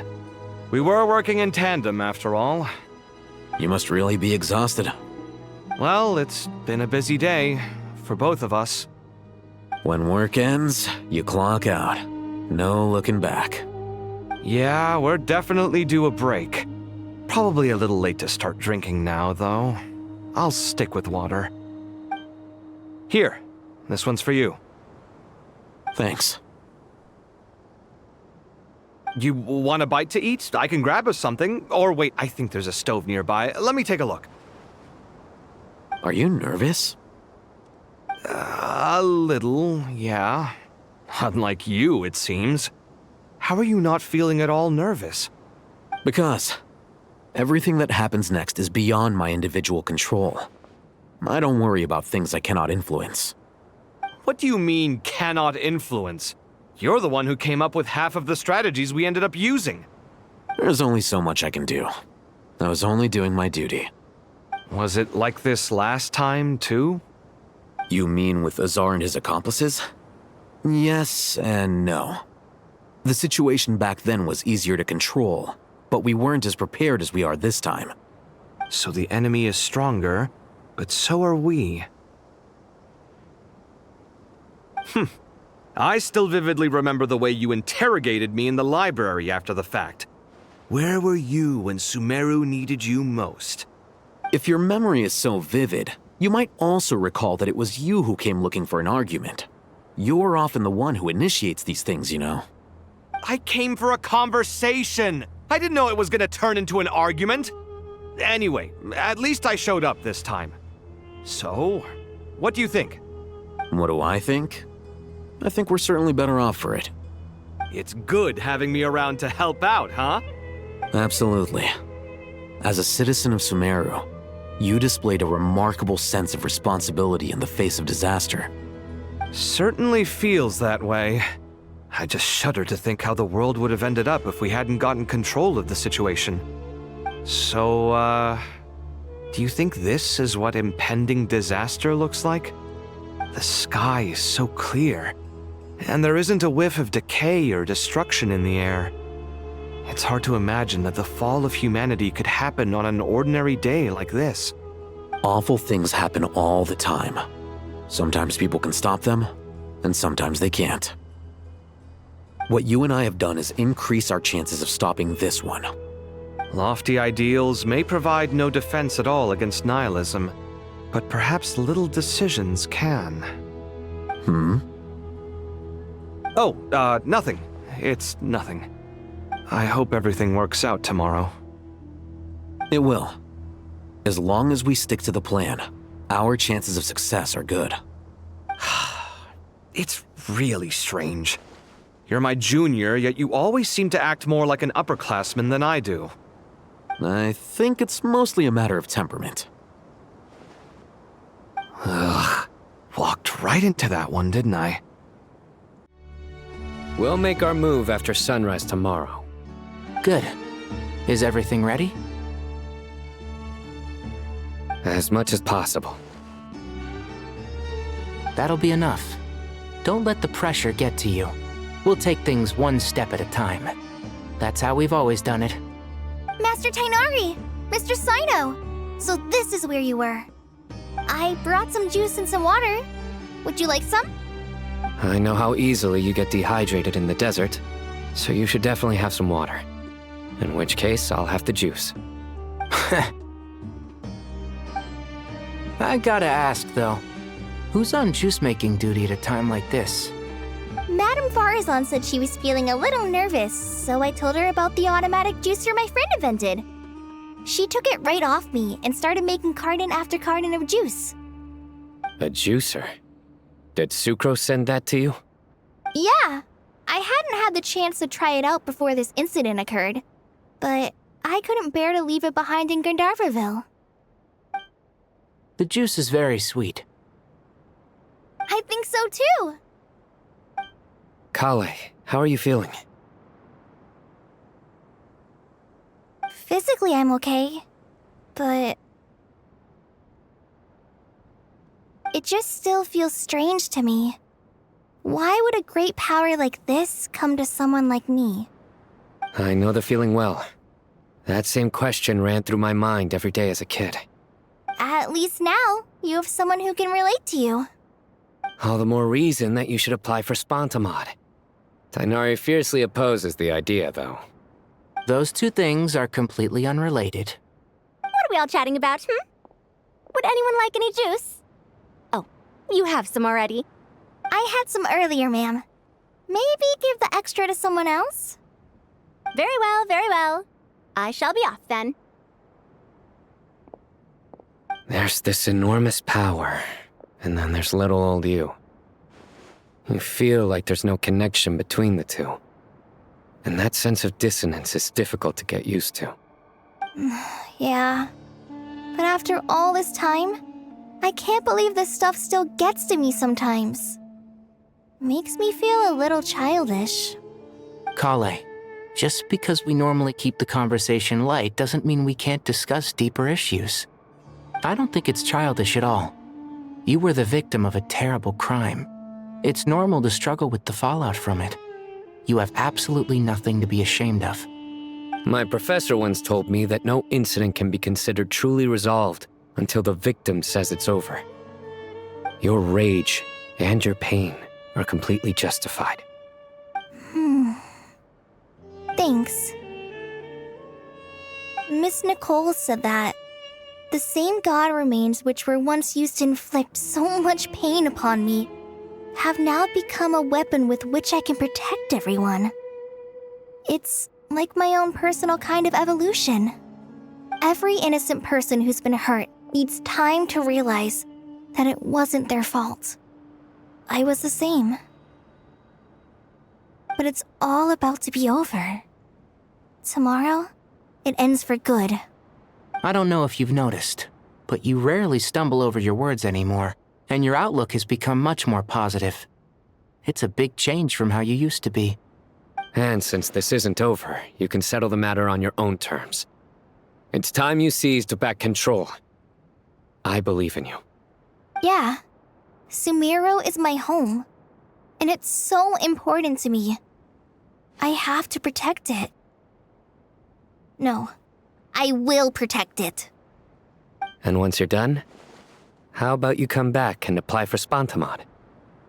Stop it with the sales pitch, would you? Hey, excuse me. There are still 3 unclaimed cups of juice here. Why don't you take one each? Ugh, my arms are getting sore from carrying them around everywhere.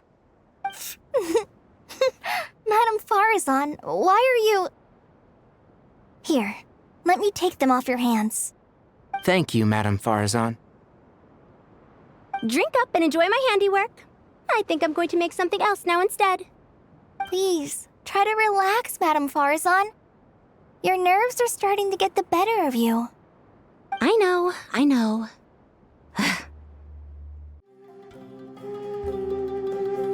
Something on your mind, Miss Nefer?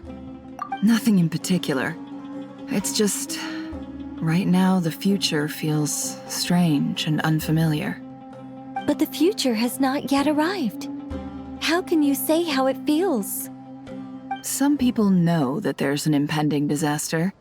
Others remain blissfully unaware. Each group is imagining an entirely different future while walking towards the same one. But when they get there, they'll still find they feel differently about it. People are shaped by their circumstances. Different circumstances create people with different perspectives. I've always found the perspective of the Vahumana Darshan to be a particularly incisive one. Even at the height of the crisis in nod-crai, people held diverging opinions. But things are different this time. Indeed. Regardless of faith, gender, wealth, skin color, or eye color, everyone in Sumeru knows what will happen tomorrow. The world has never been an especially fair place. Yet now, against all odds, a moment of unprecedented unity and equality is about to take place. It's fascinating. If only my father could have lived to see this era. Era. To me, that term represents a much greater span of time. It can be an unsettling word. I would even say I'm afraid of it. Do angels even feel fear? Yes, at least I do. I fear the gap that grows wider with each passing day, and the never-ending flow of time. Time renders all memories insignificant and reduces all splendor to nothing. But those memories are the one thing I do not want to lose. You're very human in that regard. If angels draw too close to humanity, our wings burn away in the bright flame of awareness, and we fall to the earth. After spending so long among humans, I have lost much of my former glory. Maybe that's a good thing. You're more human than some humans are. I've been talking to Kale a lot in recent days. We seem to be in completely opposite situations. I suppose that makes us good case studies for comparison. Case studies for who? Myself, I suppose.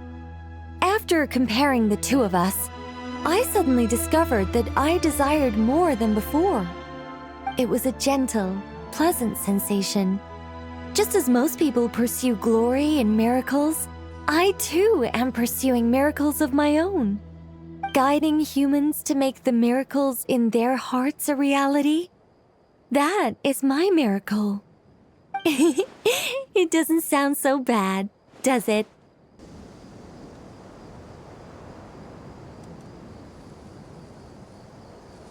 Look at the time. I should head back. I'm so sorry. I was in a hurry and didn't look where I was going. Are you all right? I'm fine. Wait, you're... Have we met? Not exactly. I think we may have crossed paths by the house of Dana before. Oh. You're Hat Guy! From Vahumana, right? You recognize me? The clue's in the name, Mr. Hat Guy. Fair point. It's getting pretty late. What's keeping you up? I could ask you the same question. If I'm not mistaken, all the workload for the Ratawahis Darshan wrapped up a good while ago. Well, I have something of a background in Satyavada life, so I was helping the Dendro Archon make some preparations. But I must have lost track of time. Did you find the experience enlightening at all? Honestly, it was tedious and uneventful at first. But eventually, I think I did sense some profound truths. But they also brought a lot of suffering with them. I was told that I even shed tears while I was meditating, though I have no idea why. Sorry. I hope I'm not scaring you. Not at all. It just proves you're very accomplished in your research. Good night. I wish you all the best for tomorrow. Thank you, sir. You too.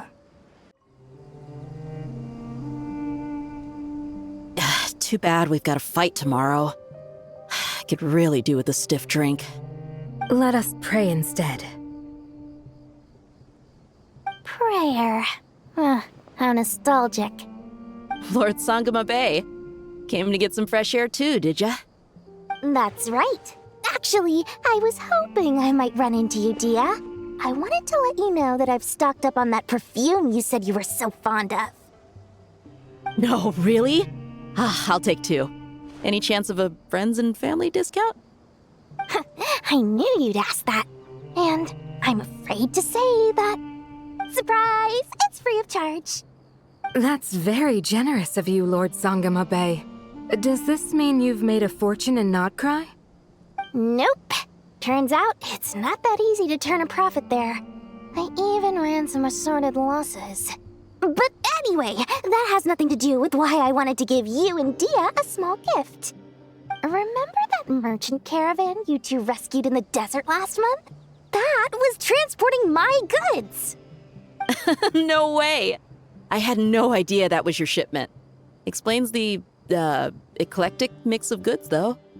Lord Sangama Bay's investment in the desert and generous stockpiling of goods has helped many people over the years. The shelters you funded especially have made life a little easier for the children and the elderly. Wait, how did you know about that? Oh, I see. Nefer told you, didn't she?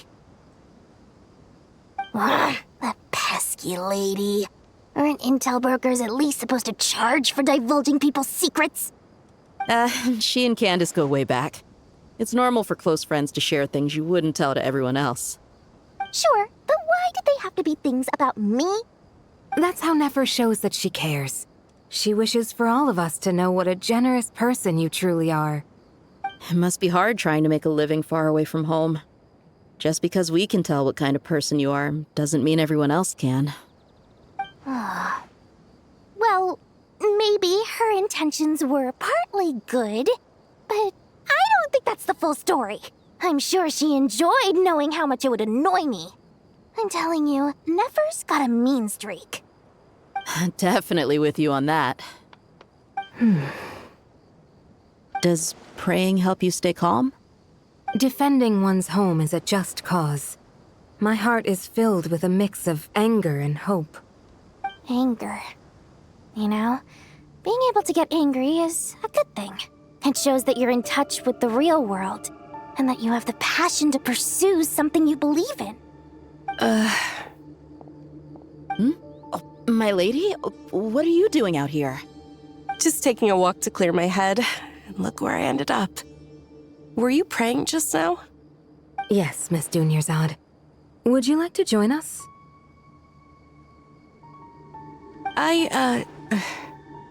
Come on, it's fine. She won't mind who you pray to. Oh, then sure. I remember you, Miss Dunyarzad. You visited my shop before. If I recall correctly, the god you worship is the Dendro Archon, correct? That's right. She is such a gentle and kind god. But to me, she's more than just a god I worship. I see her more as a friend. And so do many others.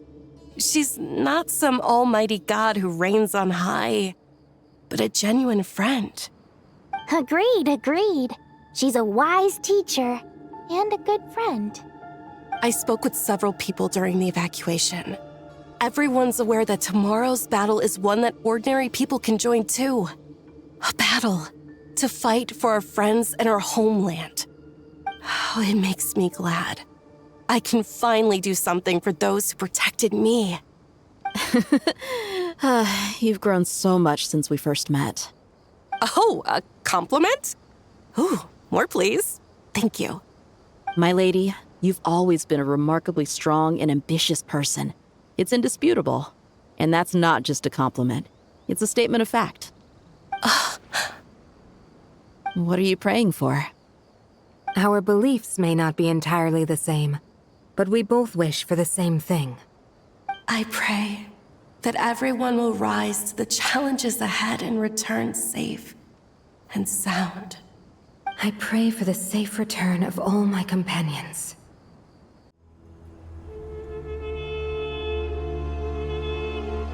Oh, I have not felt this way in a long time. Standing up high, gazing out at the rolling dunes.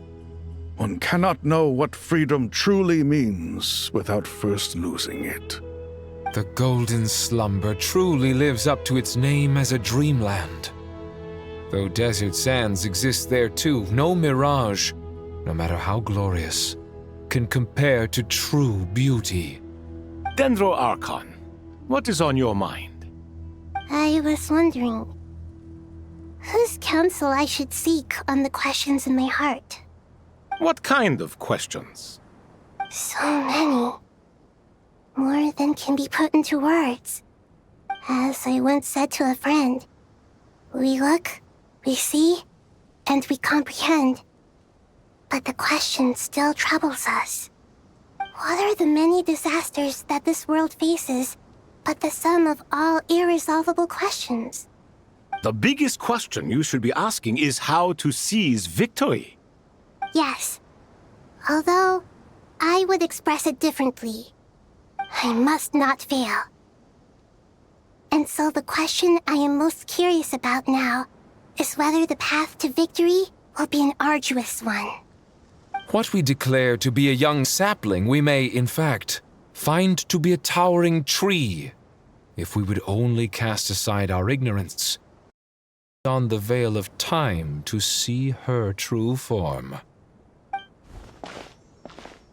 Nahida! We're here! Just in time. The preparations are almost complete. Ready when you are. We're here too. Miss Nicole! Miss Nicole! You run so fast!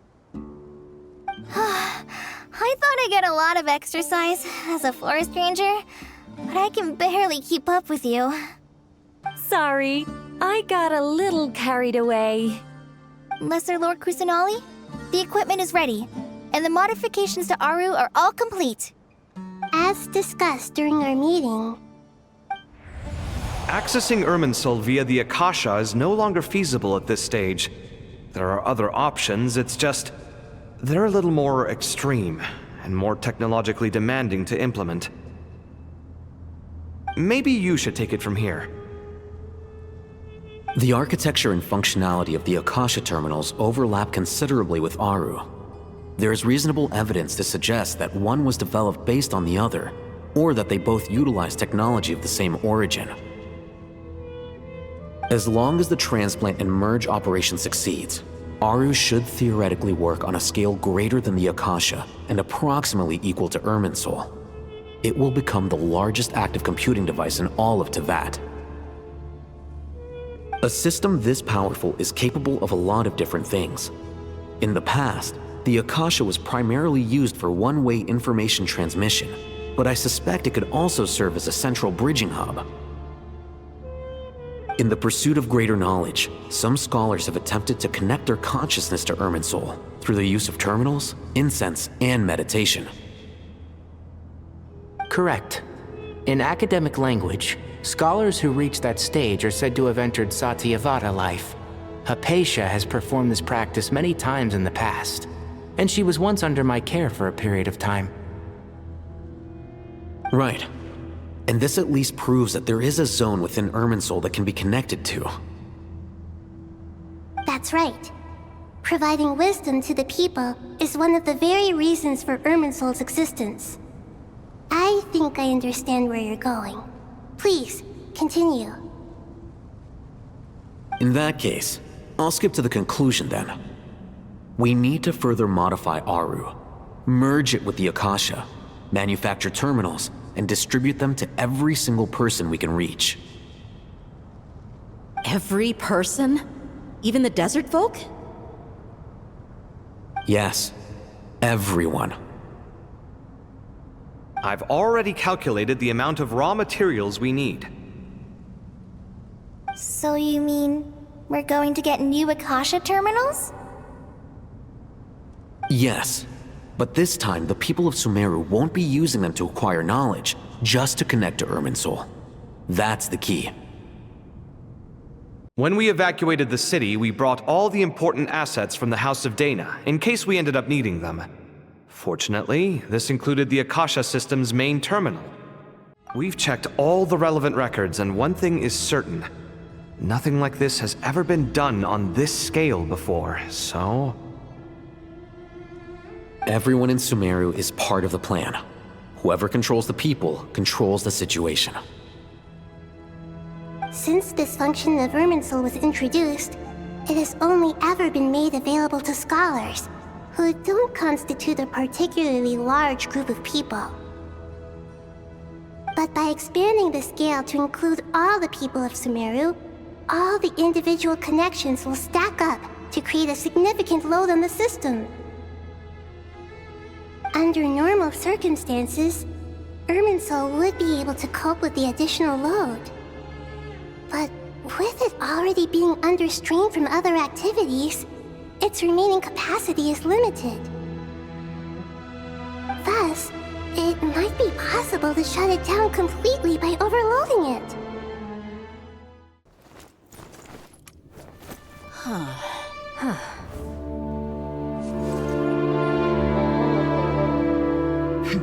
Counting down. 3, 2, 1. Are you ready? Ready!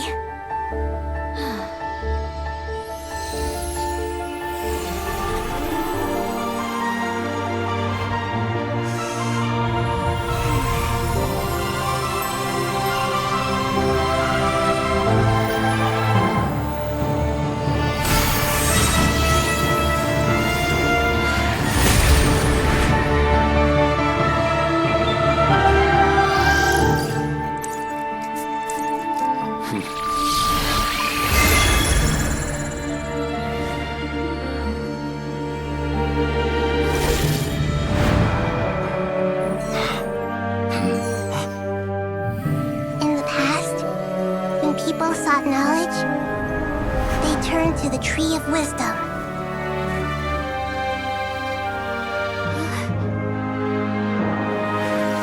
Today, we use it to save Sumeru and the whole world. These boughs that nurtured learning must not become tools for destroying the world.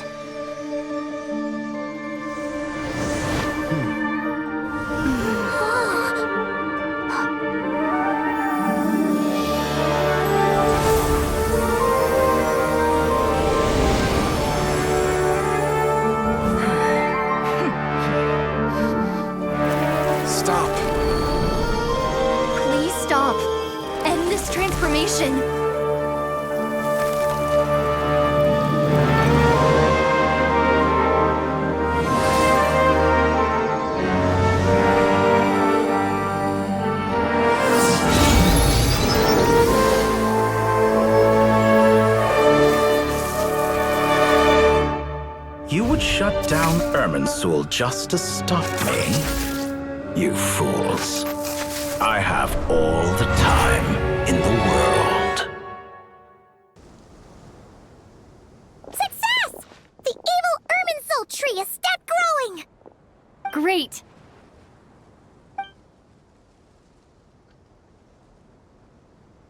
What a display of true courage! The courage to think and the courage to act! I never thought I would witness the shutdown of Irminsul with my own eyes. Perhaps this is human wisdom in action? Indeed, only humans could do such a thing. Gods are few and far between. What was once created for spreading knowledge is now used for another purpose. A rather ingenious plan. I am grateful to you three for your help. Only thanks to you were we able to extend Aru's interference capabilities to cover all terminals. Now, nobody who wears a terminal will have their activity accurately tracked by Irminsul. No matter how many eyes Dottore possesses, he will not be able to see us clearly. Now for the next step. I will need the help of your supreme powers once again. How might we be of service, Lord of Dendro? I need to reach the Eternal Oasis immediately. Right now? In that case, Ibis King, Would you agree that this is a fine opportunity to dust off our old tricks? Never. I assume you have that chess set with you? You mean the one you gave to me as a gift? Asking for it back, are you? How could I? You misjudge me. I just wanted to show you another way you can use it. Connect to Safei Shatranj.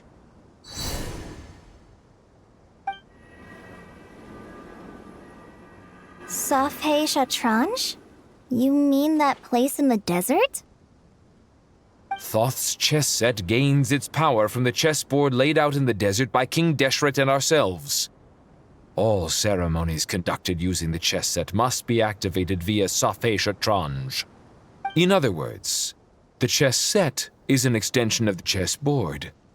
In the past, moving a chess piece was a sacred and momentous act. Transfer initiated. Entering live combat mode.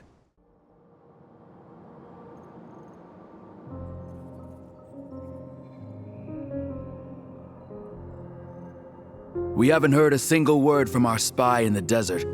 I'm afraid he might have been captured. Never mind. But we spent years turning him. And a lot of Mora. Nothing comes for free in this world, but the loss is not without its purpose. For a small price, we have wasted a precious amount of the limited time they have. Quite a bargain, if you ask me.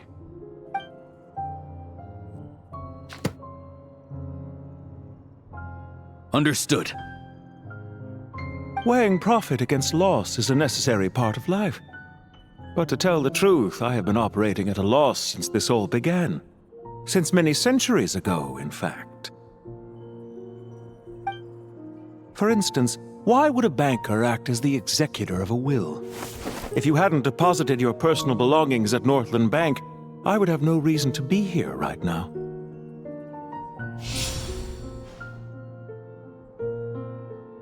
Dottore, I've placed your final data backup into the ley lines as per our contract. I trust we are now square for the safe deposit fees you paid. Is it not a little petty to split hairs like this, given our amicable relationship? I consider sound bookkeeping a matter of principle.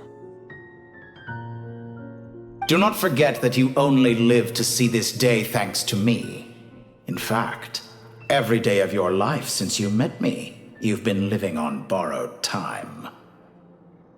Why, that's hardly a fair assessment. I will concede that my survival was perhaps at your whim, but I became a harbinger on my own merits. Managing money is not like other professions. Mine is not a role I could have acquired based on your recommendation alone, and certainly not one I could have lasted so long in without genuine ability. The information stored in the ley lines is quite comprehensive. Rest assured, I have not forgotten how strong your pride is. Well, I presume you have no sense of fragmentation while talking with me. How could anything possibly go wrong with such strict measures in place? The remainder of your soul was split in two, with one half sent to nod-crai and the other stored in the most secure vault of the Northland Bank. Though I must say, your disdain for the other segments is quite amusing. Zandik is you, and you are Zandik. Zandik created the segments, yet you, a segment yourself, reject him.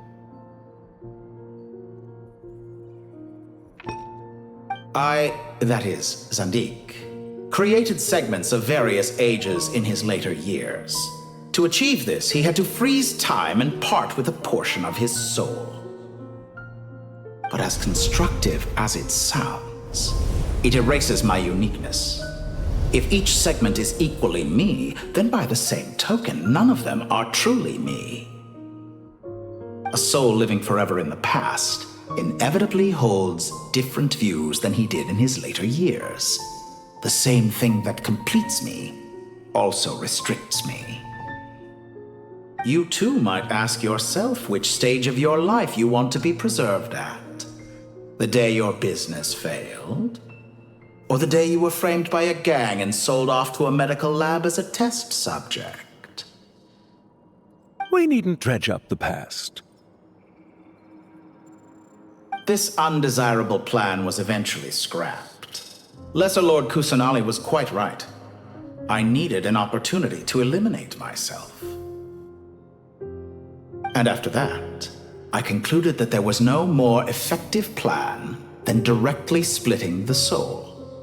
Once the soul is transferred out, you will find that creating a physical body is far simpler than creating a puppet. The other half of your soul suffered a crushing defeat in nod-crai, you know. And yet in the process, I obtained the information I always wanted, did I not? Because now we finally know where the best testing ground truly lies. I once thought your ultimate goal was to ascend to godhood. But as it turns out, that was merely one of your experiments. Experiments take many forms. Most people are too eager for success, too fixated on the end goal. They forget that the experimental process itself is just as important. A suspiciously vacant seat, a new face. I trust you can put two and two together. The reason it doesn't exist is because someone tampered with the record. What can I say? After all your efforts, you really did uncover the world's secrets. So, is the new world you promised a lie? No, it never was. I am glad to be able to control Irmin's soul from within. Now I shall attempt to create a new world inside the existing one. Almost everyone faces the prospect of death, but not a single person has ever been able to experiment unrestrained in the afterlife through sheer force of will. I am the only one to have overcome this enormous challenge. Would I not be letting the world down if I didn't make the most of the opportunity to experiment? Clearly, the dividing of your soul did not affect the magnitude of your ego. Out of all the versions of you that have ever existed, this you is the most insane and the most radical. Is that why you chose to work with me? Which was it then? My insanity? Or my radicalism? Could I call myself a venture capitalist without a suitably ambitious plan to invest in? Yours happened to fit the bill quite perfectly. Well then, I must say, while I am surprised enough that you showed up at all, what surprises me more is that you chose to present yourself as my former subordinate, and not as the banker Pantalone. Why make things harder than they need to be? Exposing my true identity in a situation like this would only serve to destroy diplomatic relations between Snezhnaya and Sumeru. I daren't imagine the consequences. Showing up in the name of the original antagonist gives you the recognition you rightly deserve, while also being sensitive to Snezhnaya's predicament. It was an easy win. As for why I'm here, if you're suggesting that your credit is in the negative, I won't argue with that. Many people say that about you. I'd argue that a significant factor in your willingness to cooperate is the fact that you have but a few years of life left after my death. Living and dying together has a way of binding two parties together rather closely. Is it not true that a relationship should be judged by both the positive and negative returns it yields? So some of what I said actually made it into your head after all. It's true that I hope you don't die too soon, but don't you find that a strange thing for me to say? After all, you've already had quite a long life, especially for a human being. Let's not pretend that you're any more innocent than I am. Are we not the same in this regard? We both despise the existing laws of this world, and neither of us enjoy being under anyone else's control. Is it really so greedy to want the world to operate by a new set of rules? Of course not, my dear friend. And as I've said before, mutual interest is the foundation for the most reliable of relationships. You can attest to that. I just hope there never comes a day when I have to work too hard to prove that. Regreater, sir. People have been spotted approaching Sumeru City. How strange. Despite your access to Irminsol's data, it appears the soldiers noticed before you did. They must have found a workaround. Well, Dottore, I trust you know what this means. The fact is... They're coming. They'll breach the city gates any moment now. But even so, I would say Irminsol is a wonderfully convenient thing on the whole. If you do manage to create a new world, perhaps you could plant one outside my office, too. I'll consider it. What do you need me to do? Stall them? The experiment will take time. Stall them for as long as possible. Very well. But you're really asking for the moon here. Have you heard this story? There was once a guilty man, kneeling in the center of a church while an angry mob outside waited to bring him to justice. He pleaded with the gods, begging them to grant him one final request, the chance to finish confessing his sins before he was sentenced. Many suns and moons passed, seasons changed, and still his confession continued, as if he intended to speak until the end of time. Are you suggesting I worship you as a god? Or were you hoping that I might confess my sins to you? Certainly not the latter. That would make my life miserable indeed. For someone who despises them so, you never seem to have any objections to me creating or becoming one. At first, I thought you'd be furious. Concerned I would terminate our partnership, were you? Not at all. You had reasons why our partnership must continue. Don't you find people's attitudes toward gods amusing? A god descends from the heavens and people worship it unreservedly, blindly following whatever rules are given to them. And yet, when they see an ordinary person gain godlike levels of power by virtue of their own hard work, they treat him with nothing but suspicion, even if he is a compatriot. Is that supposed to be a compliment? No. I was just thinking.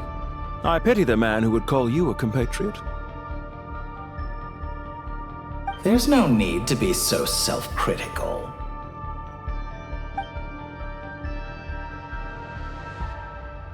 I know it's a little late in the day to be asking this, but how have you been keeping? I'm flattered that you would take the time out of your busy schedule to consider my well-being, Doctor. The part of your soul that went to nod-crai caused quite a stir, sending our organization back to the drawing board on numerous fronts. It was quite a headache for everyone involved. Dear me, I must have caused you no end of trouble. You certainly did. I had the rare honor of being summoned before the Tsaritsa with Pulcinella to answer for myself. A terrifying ordeal. Don't worry, I pulled through. At most, it's a public relations nightmare. I made sure of that. Now I'm curious. How did you explain yourself? Oh, it was quite simple. I just pinned the blame on someone who wasn't there to defend himself. I could hardly be expected to defy the demands of someone as insistent as the Second Harbinger, now could I? How you slander me. You know full well that I am perfectly amenable to reason. There's no question that you are partly to blame for the ruin of my reputation over the years.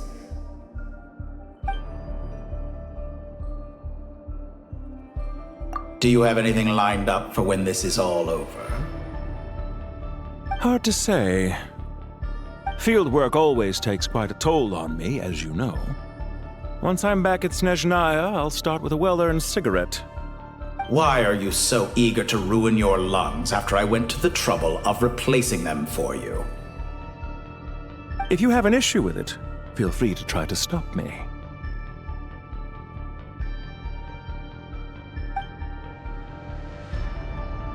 What's on your mind? The limits of humanity. It's a pity. Despite running countless calculations, I find there is simply no way to reduce any further the amount of one's soul required to sustain an individual. It's rare to hear you admit to being unable to achieve something. I beg to differ. For instance, as I've told you before, the original me was prone to motion sickness and couldn't make long train rides. Ah, yes, of course. One of the reasons you often sent yourself out on errands. What are you thinking about now? A new experiment. In the event that my soul was depleted, say we extracted my data from someone else's memories, yours for instance, and then combined it with your intact soul as the base material, what would we create? Such a scenario would be impossible. Oh? As long as your current soul survives, there will be no need to create a new individual. Don't forget, you were the one who approved of the present situation wherein only one Dottore remains. And if you ceased to exist, who would be capable of performing this experiment?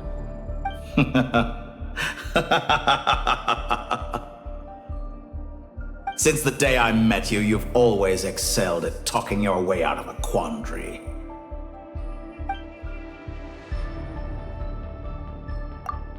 Isn't it a little too early to be saying goodbye? Not that I wish to keep you from your business, of course. Very well. Let's leave the conversation there for now.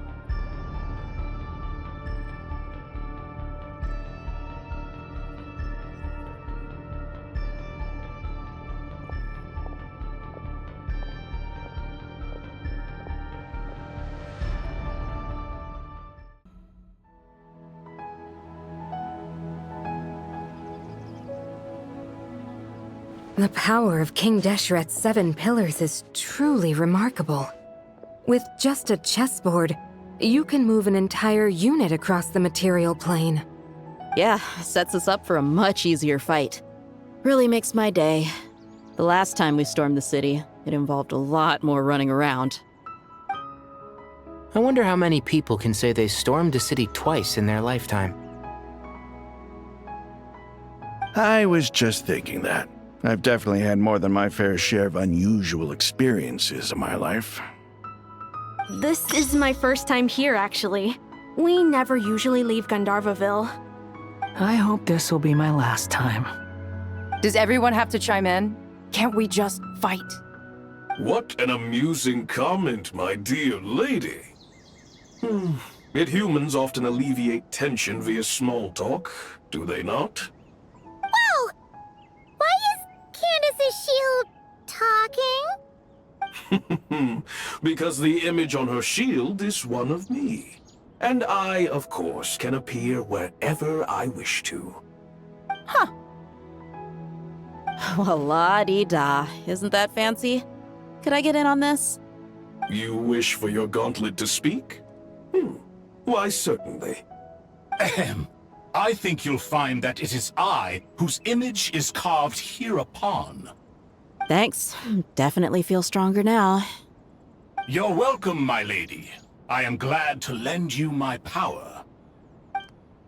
Sino, what's the situation? There are troops stationed at every entrance. As we expected. A frontal assault will suffice. Everyone, stick to the plan. We'll take the main entrance. You head for the House of Dana's side door. Move out.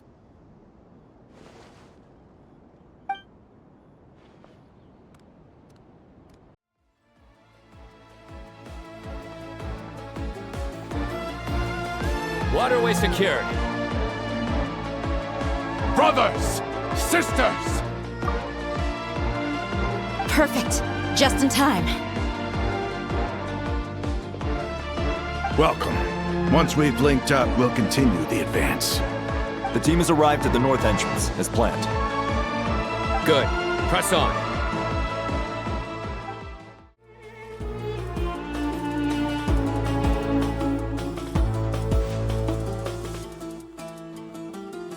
Look out! It's an ambush! Finally. We need to hurry. Take the middle road now. Mahamatra Sino, area clear. Don't relax just yet. More Fatui approaching from the right.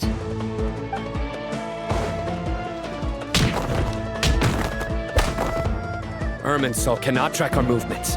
If necessary, we could split up.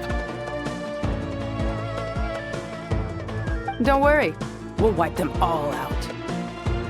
As you can see, our people came raring to go. Good, good. How are things with the Traveler? Can Tainari keep her safe? Don't underestimate Tainari just because he's a forest watcher. He can handle it. All right. You know that's not what I meant. Sino and the reinforcements have drawn the Fatui's fire away. It's our turn. By using a cluster leaf of cultivation, we can pass through certain terrain silently. Good luck with that. We'll just fly up there. Huh? Oh, yeah! Paimon forgot she could fly! Ready? Ready.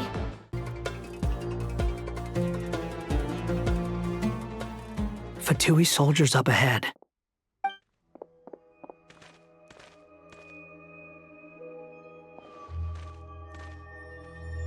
Careful. Prepare for battle. Hey! There's people over there. You have some nerve showing your faces here in the center of Sumeru City.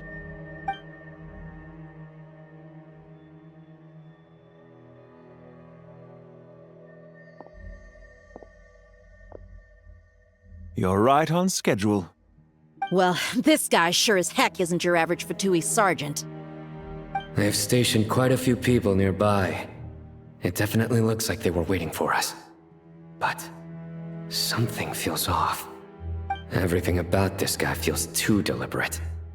I highly doubt he's just a subordinate of Dottores. And he's no mere sergeant. Whatever his rank is, it's high. Much higher than we thought. So you've been waiting for us. But it looks like you're geared up for a conversation, rather than a battle. Very clever, General Mahamatra Sino. I know you're the one in charge of this siege, and I look forward to making a deal with you. A siege? Sumeru City belongs to us! Historically, yes. But things can always change. We have quite a sizable force with us, you know. For instance... There's a Fatui ambush at the north gate. Can you handle him?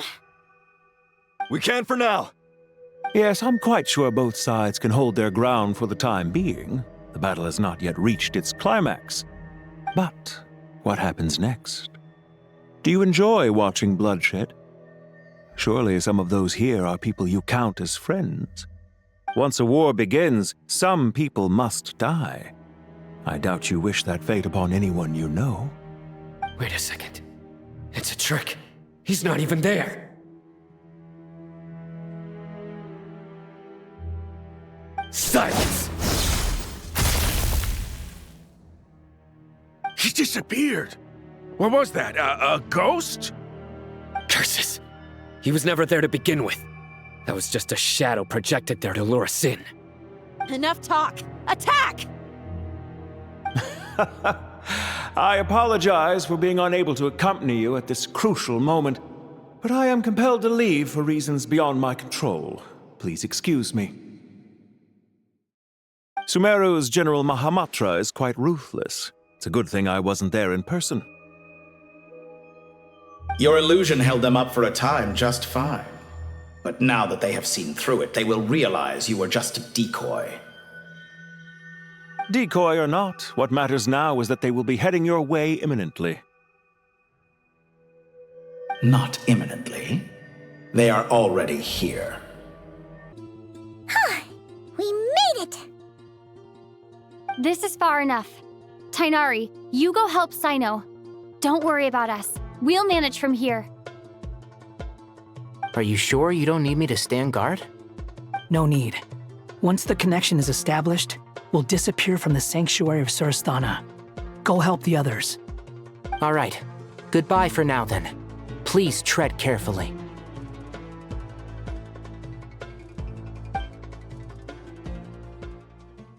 We can connect to the inside of Irminsul through the Sanctuary of Surasthana's built-in security system. You should be pretty familiar with the process. Is it the same route as last time? For the most part, we don't need to adjust any of the parameters. Then I should be fine. And Paimon? Once you're both ready, we'll set off. Wait! The stakes are way higher this time, right?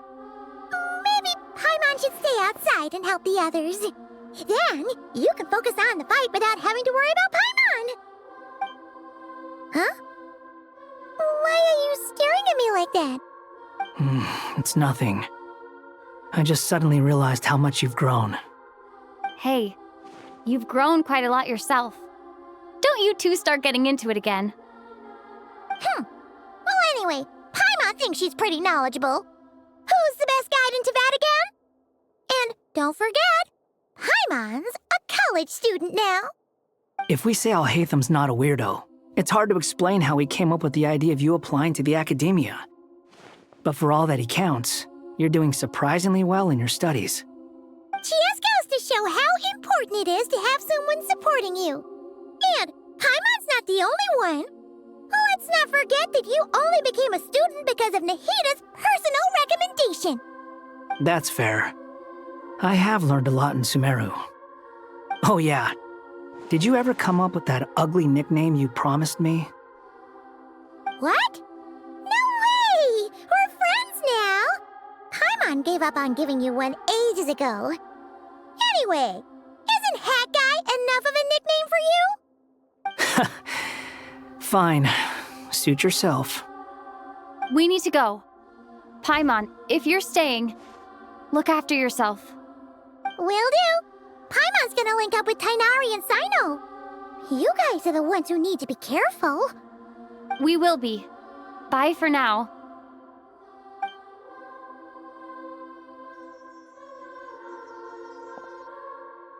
Initiating connection.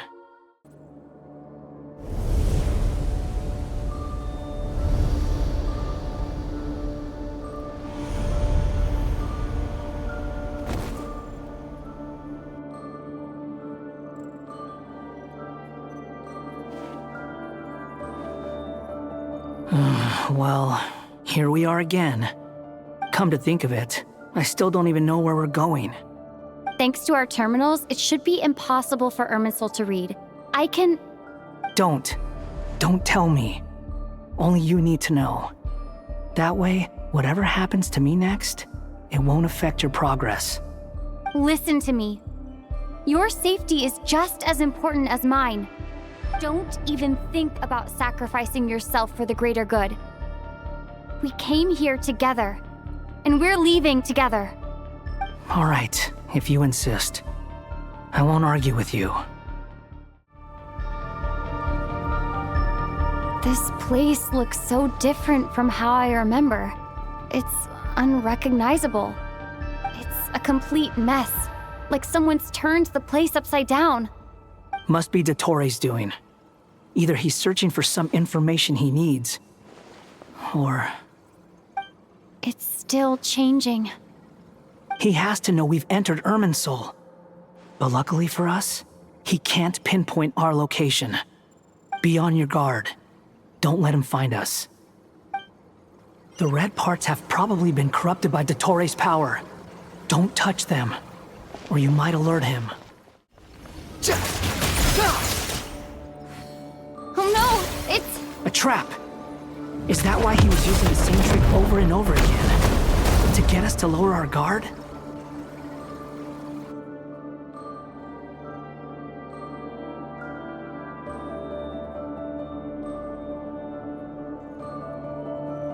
I'm trapped!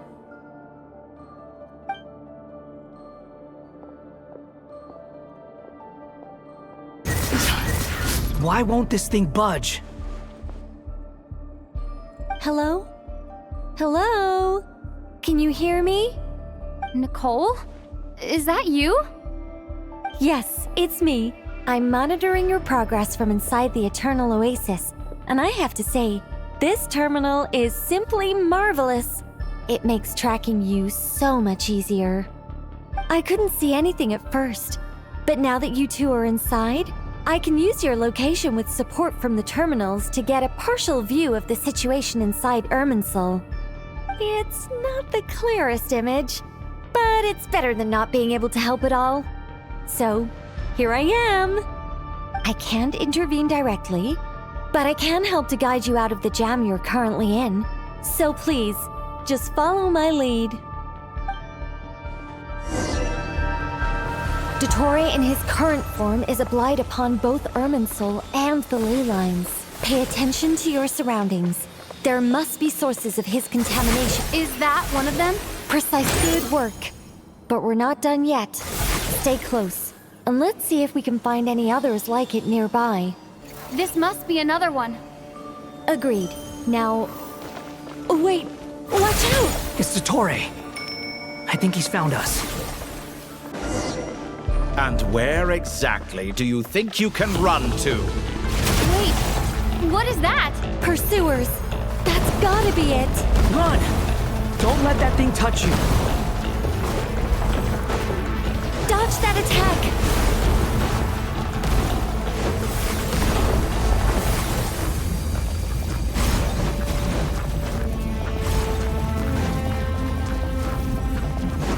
There's more than one path. Which way do we go? To the left. Trust me.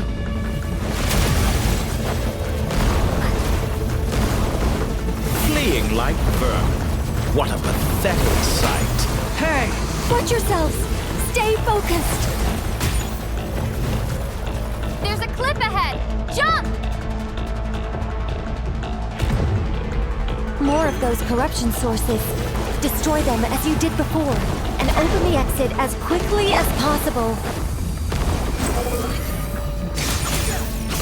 They're relentless. Is he trying to wear us down?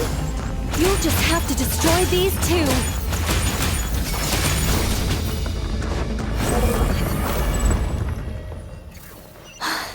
I think the pursuit is over. Hard to say. Stay alert. Whew. I think we've made it to relative safety. Phew, goodness. That was tough. You doing okay? I'll be fine. Don't worry. Take a short rest, and then... Nicole? Nicole! The connection's been cut. But that means... Look at you supporting one another. How very touching.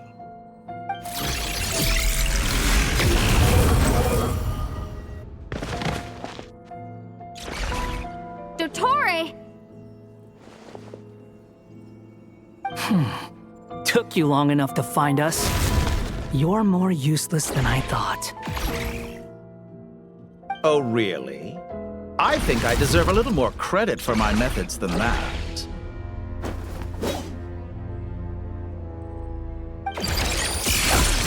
Rather than hunting you down, I chose to let you roam free. I indulged your presumption that I was unable to track your movements, played along with your clever little plan. Fleeing is for animals, but I rather enjoy watching you flee. Some things lose the will to run altogether as soon as you put them in a cage. If that's true, then why did you come looking for us? Because I wanted to observe you up close, of course. Don't misunderstand me, I'm not here for a fight. Is it so unusual that I wish to greet my old acquaintances in person? After all, it's been a while. Scaramouche.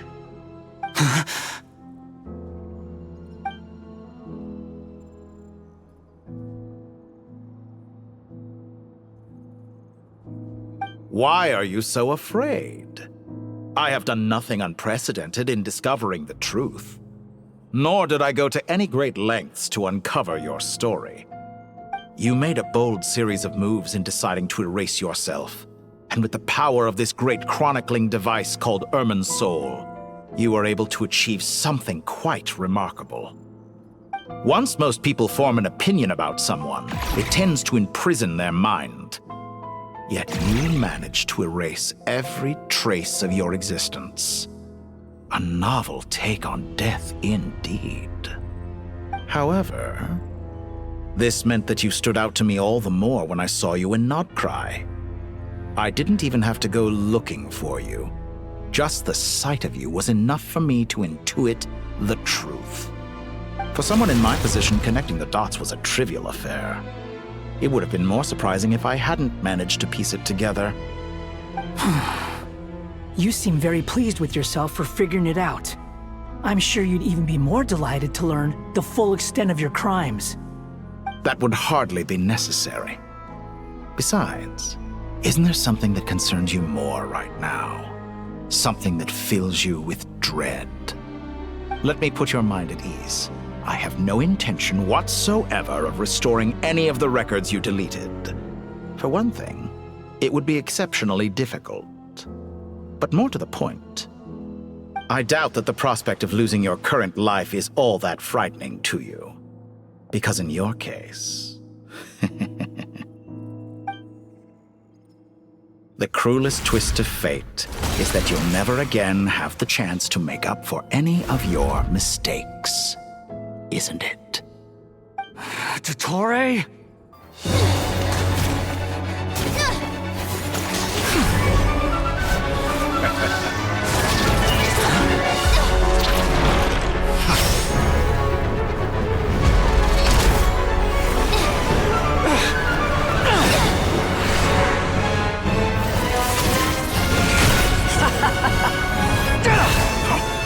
Does the prospect of death amuse you? I could ask you the same question! I'll distract Dottore. You focus on the mission. Got it.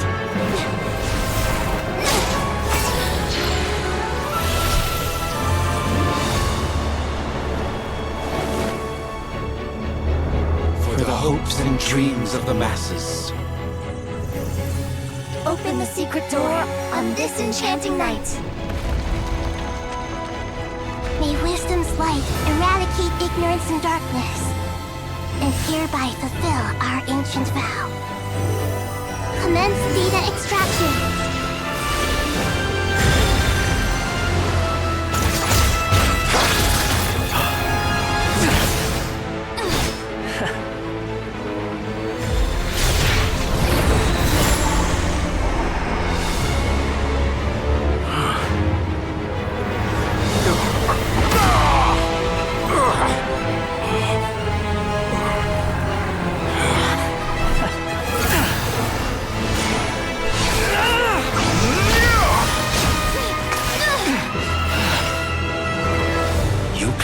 Outdated ideals and stand in the way of progress.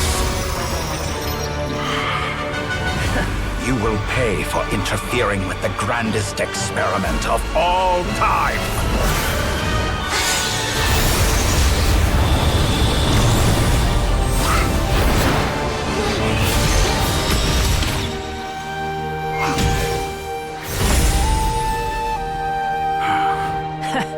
Good timing. Dottore, as clever as you are, you fail to understand wisdom. Wisdom takes many forms, but the path you have chosen eschews them all. Huh.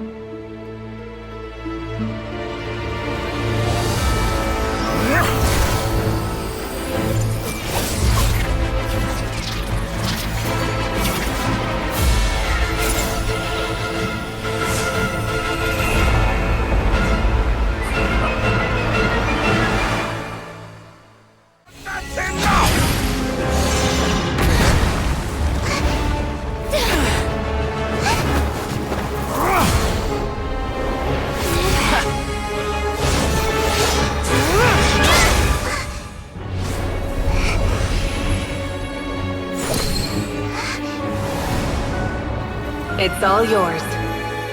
Do with it as you see fit.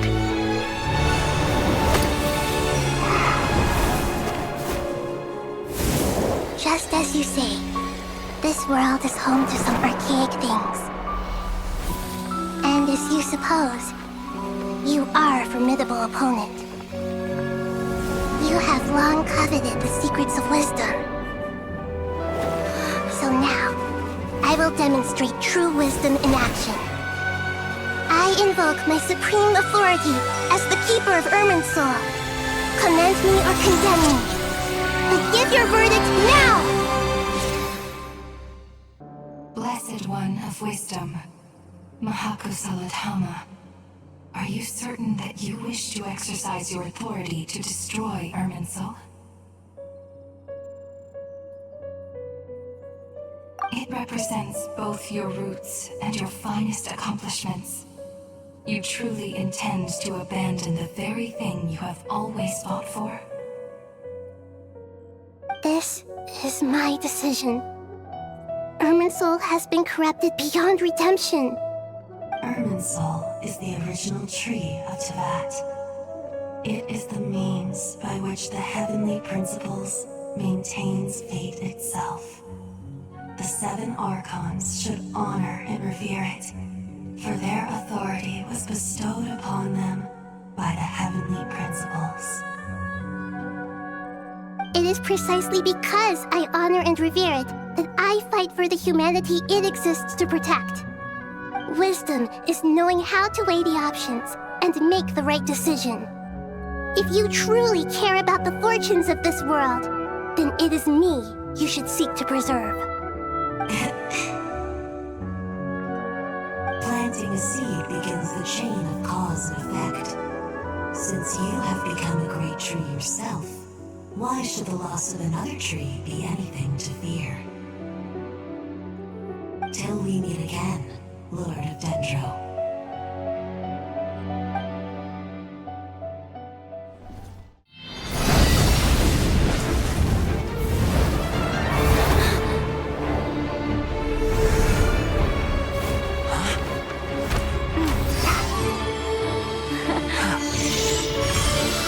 The first flame.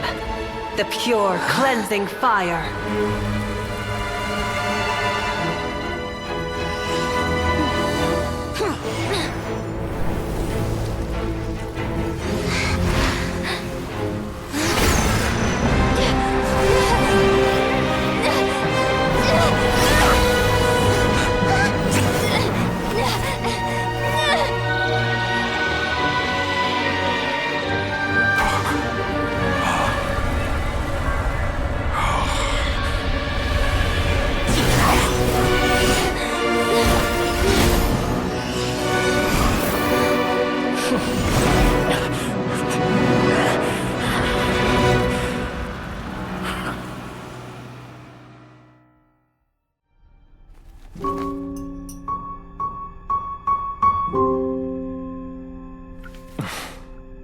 Shall we? Where were we? I was suggesting that you needn't perform when signing a contract. You're only sitting here because your bank demanded an evaluation of the trustee. So you told a story about a young scholar from a merchant family in Sumeru? I told a compelling tale, didn't I? The post-expulsion story is far more captivating. The human experiments or the elixir of immortality? The part where you die. Ah, yes. My favorite part. The 35-year-old Segment thought of himself as Dottore, reserving the name Zandik for the original specimen. Of all the Segments, he was the most selfish. After his expulsion, Dottore searched for a new direction. He joined the Fatui, studied Elazar in great depth, secured resources. He was rather fortunate in his career. Zandik turned to Conrian technology and successfully created his segments. But this was not immortality. Even with backup segments, his body would still age. Still, thanks to Snezhnaya, Zandik found the ideal base for his experiments. Then a perfect partnership materialized at a crucial moment. The year that both parties realized they needed more time. Fortunately, Zandik succeeded. In a miraculous turn of events, he gained the extra time he needed. I seem to recall it differently. All right, it's true. No matter how much elixir he took, Zandik remained human and continued to age. Then, on the morning he turned 85... Help me up! Call for he would be rescued, Zondik thought. But to his surprise, no one helped him. Zondik was too selfish for that. Don't forget, you're one of us. Yes, and we're all waiting. Waiting for me to die. Pantalone arrived for a meeting and happened to witness what followed. He found it unsettling. I never said that. But the Zondiks were unfazed. It was a rare opportunity for self-dissection.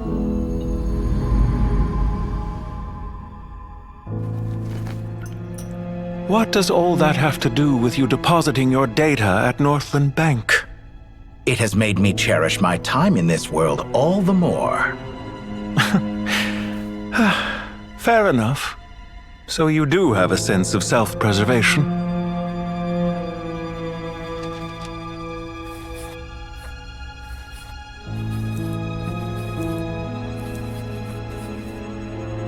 What do you mean?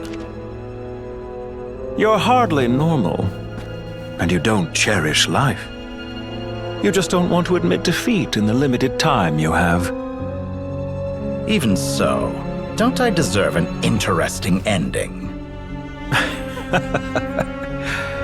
I'm counting on it.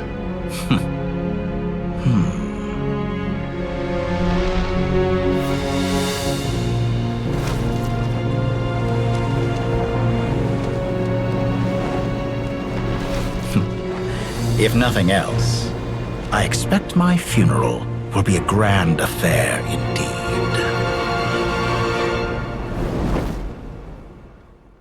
What a magnificent fire. In Snezhnaya, we light fires to ward off the cold. Fire, it seems, is antithetical to ideas such as cold, frozen, and unchanging. Perhaps it has always been that way. From the beginning, fire has been used to drive away wild beasts and warm the body and mind. You could say it's a form of treatment. One that cures the human heart of mortal fear. Mortal fear? Something you haven't been acquainted with in a long time, by the sounds of it. Whereas you, I'm sure, must know the feeling quite well indeed. I remember when we first discussed the elixir of immortality. You claimed that extending your lifespan was about buying more time. But was that really the truth? You fear the prospect of dying a wretched end in this world, don't you? Of course I do. I'm only human, after all. And while you may have forgotten it, you cannot deny that you too were once human, Dottore. I do not believe that there is no such fear in your heart. Perhaps you are right. But I abandoned it long ago and devoted myself to my experiments. I have felt no fear since. From the very beginning, I never thought you could win this game. But still you came, contract in hand, to honor our agreement. Because I am a reputable partner. And as we have discussed, experiments are about more than results alone. The process is equally important. I have come here and completed my creation, and I do not regret my decision. I'm afraid your journey ends here. After I die, there will be no one to make the elixir of immortality, and your remaining stock will only last a few more years. How then will you prove that you didn't perish in this incident alongside everyone else? When I feel optimistic about market environments, I never forcibly adjust them. They have their own direction. And I myself am one such environment. I have been quite particular about many things in my life. But where the manner of my death is concerned, I choose not to be. You make yourself sound so magnanimous. Oh, but I am. And I hope you will be too. It may have been a long time since anyone told you this, Dottore, but I recognize that you are a truly rare talent. Ha! I can see it. The experiment in blasphemy that I've been performing all this time. It has been a long process, and I do not care about the results as much as people might imagine. If the very goal of your experiment was to explore infinite possibilities, then there was never any reason for it to end. Indeed. Yet now, the experiment has officially drawn to a close. What should I call you? Zandik? Or do you prefer Dottore? Suit yourself. Goodbye, Feofan. This time, that's what it truly is. And don't I know it? Goodbye, Zandik.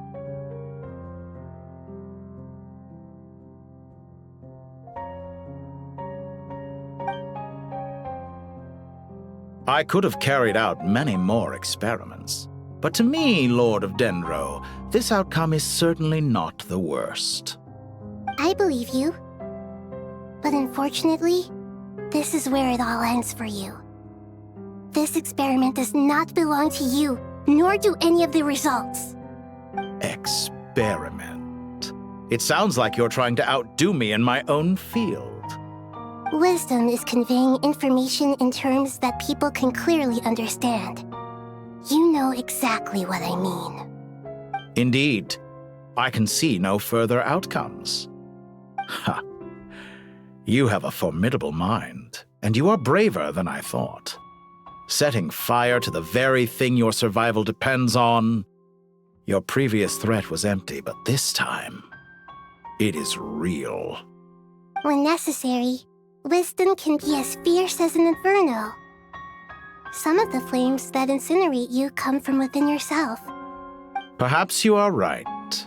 You see what lies at the bottom of the human heart, and that is your wisdom. Here is where your journey comes to an end. All that is yet unknown belongs to those of us who will carry on living. It seems I have unwittingly been your arch-enemy all along. But now, it's all over. I do not deny your intelligence. But what you refer to as experiments, I would never describe in those terms. They are events that take place in the real world, and they are so much more than mere data. Goodbye. We will never meet again. Well, that's the last of them. Everyone on the list is already back where they should be. It was a long, hard road, but we finally finished escorting everyone back. I just pray that we'll never need to leave again. I hope we can stay here forever in this peaceful paradise of our own choosing. Paradise. In the annals of the Temple of Silence, that word carries great significance. It represents the hopes and desires of the gods. Their longing for a place to rest. I wouldn't think gods need such a place. People always think they're the only ones who can lose their homes. They forget that gods too need a place to reside. As the Goat King once said, "A god without his people shall cease to exist." Gods need their believers every bit as much as their believers need them. Only we can truly understand how much the desert faith has faded over the centuries. But we still talk about the gods as though they're part of our lives. Given the myriad ways in which gods and humans interact, I'd say they really are. How else could Dunyarzad consider the Dendro Archon a friend? Well, that sounds about right to me. Describing them as friends sure makes us feel a whole lot closer. If you told me a few years back that I'd have this many friends, I'd have called you a liar. Belief is a choice, just like friendship. We've made our choices through battle. The right ones, wouldn't you say? I'll be heading back to the Temple of Silence. I heard the Goat King and the Ibis King decided to pay us a visit. How about you? It's back to Aru Village for us. Still plenty of supplies to distribute and people to help. Until next time, old friend. As long as you can find the time, you're always welcome to visit us in Aru Village. Right back at you. Make sure to drop by the Temple of Silence the next time you're free. Word is that 2 of the other 7 pillars, Shezapang and Bennu, might also be dropping by.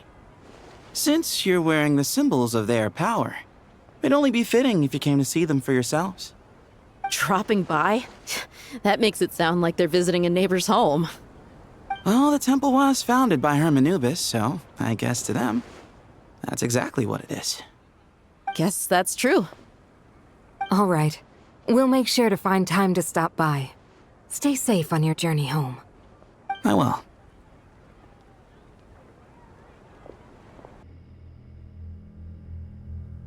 You do have a point. See? Retirement has always been a problem, especially for old-timers like us who've been locked away all these years. You finally step out into the light, and bam! You're face to face with a whole different world. Naturally. What do you think, Layla? Huh? Why would you think to ask me? How could I possibly be qualified to decide where the servants of King Deshret should live?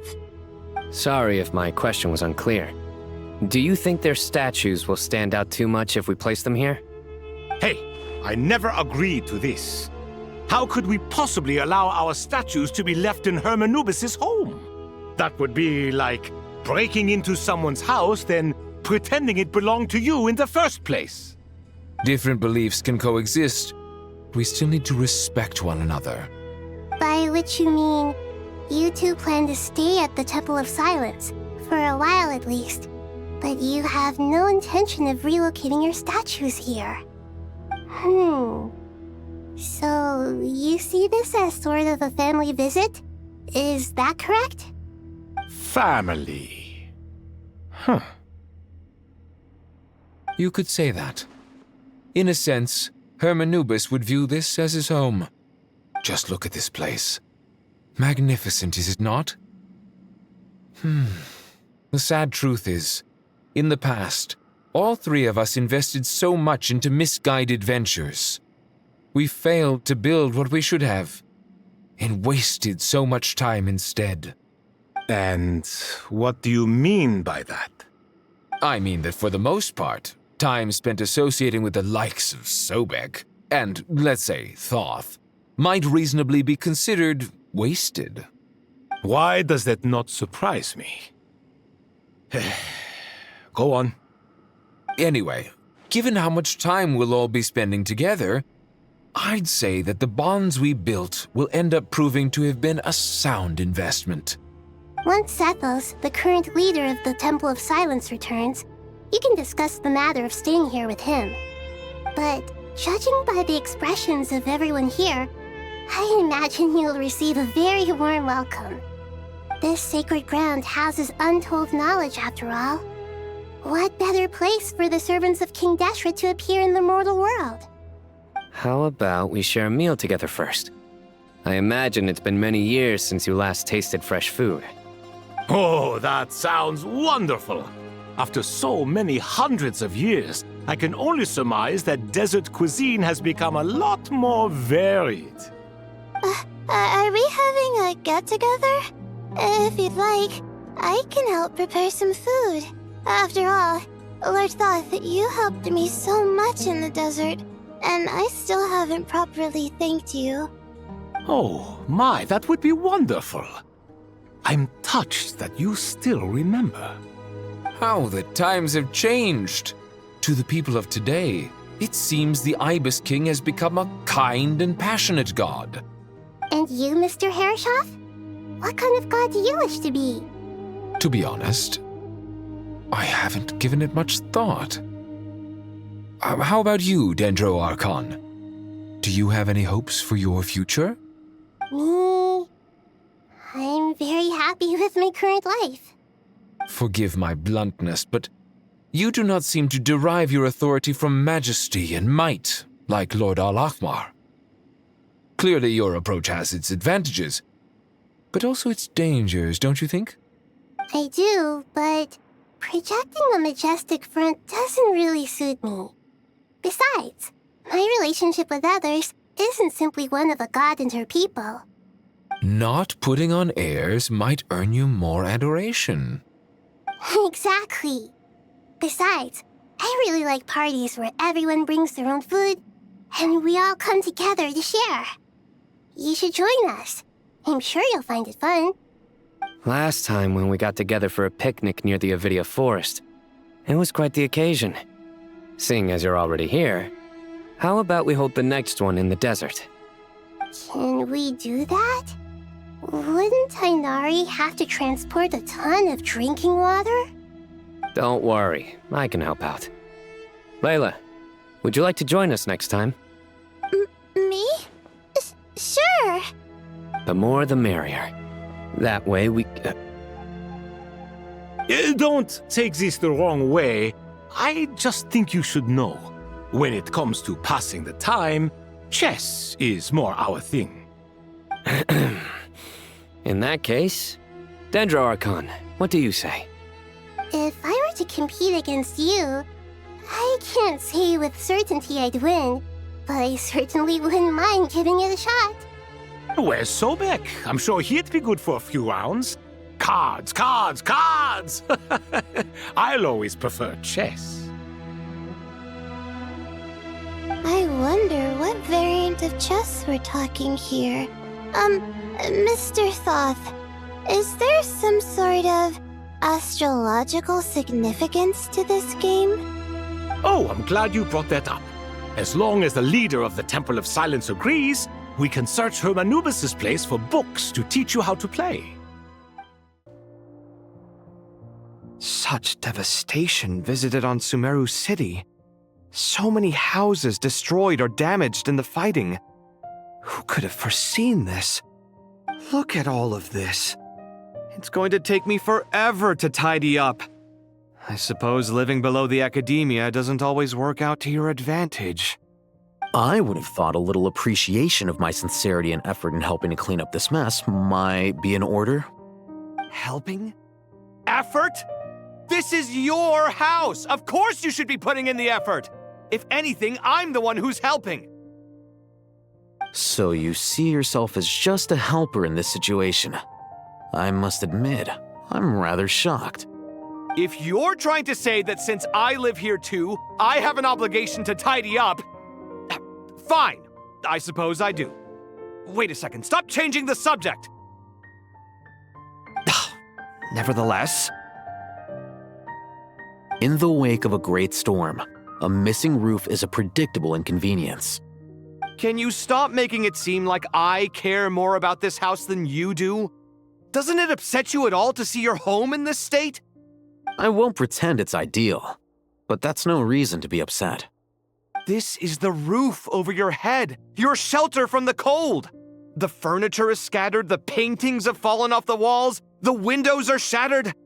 Don't you feel even a little disheartened? The way I see it, these problems are easily solved. Ugh, this is precisely why I hate talking to you about sentimental things. It's like banging my head against a wall. You simply don't understand just how much work goes into making a proper home. It sounds like this is causing you a lot of anguish. You mean the house or the paintings? I mean your sentimentality. Oh, well, yes. But I'd rather not dwell on such things right now. Generally speaking, when anguish becomes the norm, people usually make an attempt to improve their situation. But there are so many people and things in life that are difficult to change. It's not like you can force them.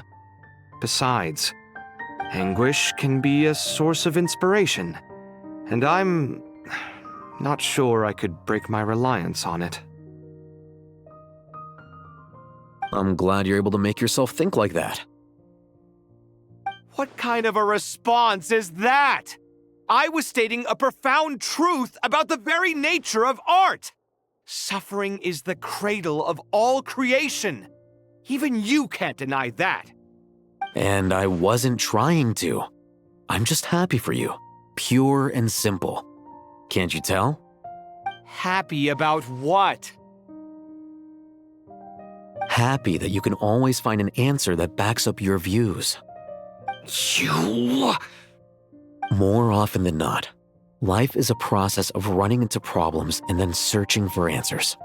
Yours more than most. Not everyone's so good at justifying things to themselves. It's something that you've been steadily mastering. Huh. What about you, then? What skills have you been mastering lately? Pass me that box. Huh? Okay. You may consider this my progress on the path to mastery. What? Wait a second. Isn't that box mine? Hey, it is! It must have fallen off that shelf! I'll hate them! Those are my paints and inks! Would you like me to put it in your bedroom for you? Huh? I mean, sure, if you don't mind. What kind of progress is this? Does he think he can bribe me? Not that giving me back my own things is much of a bribe. These books on the floor, they're a complete mess. And this one, didn't he say it was an out-of-print collectible? It's completely covered in dust, and some of its pages have even fallen out. Ugh, guess I should help him repair it. This one too. And this one. Local subterbeasts, imported goods, such a bright future ahead. I can picture the Mora just rolling in.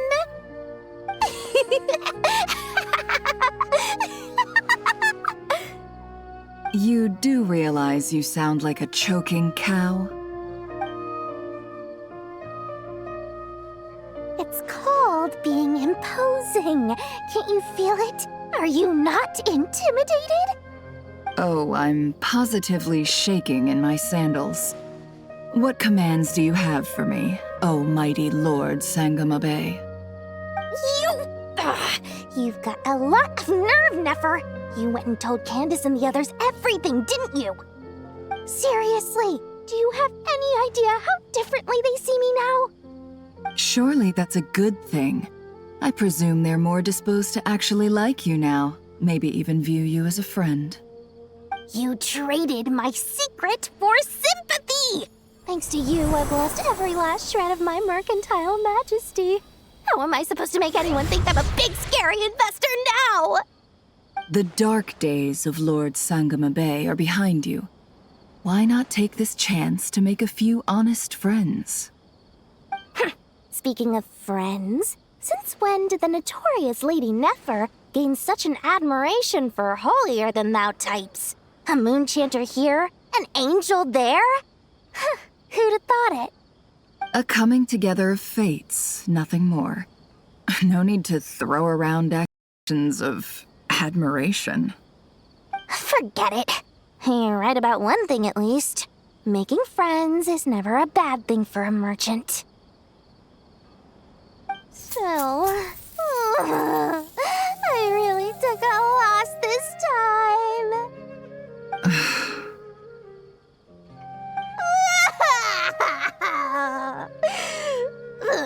What are you looking at?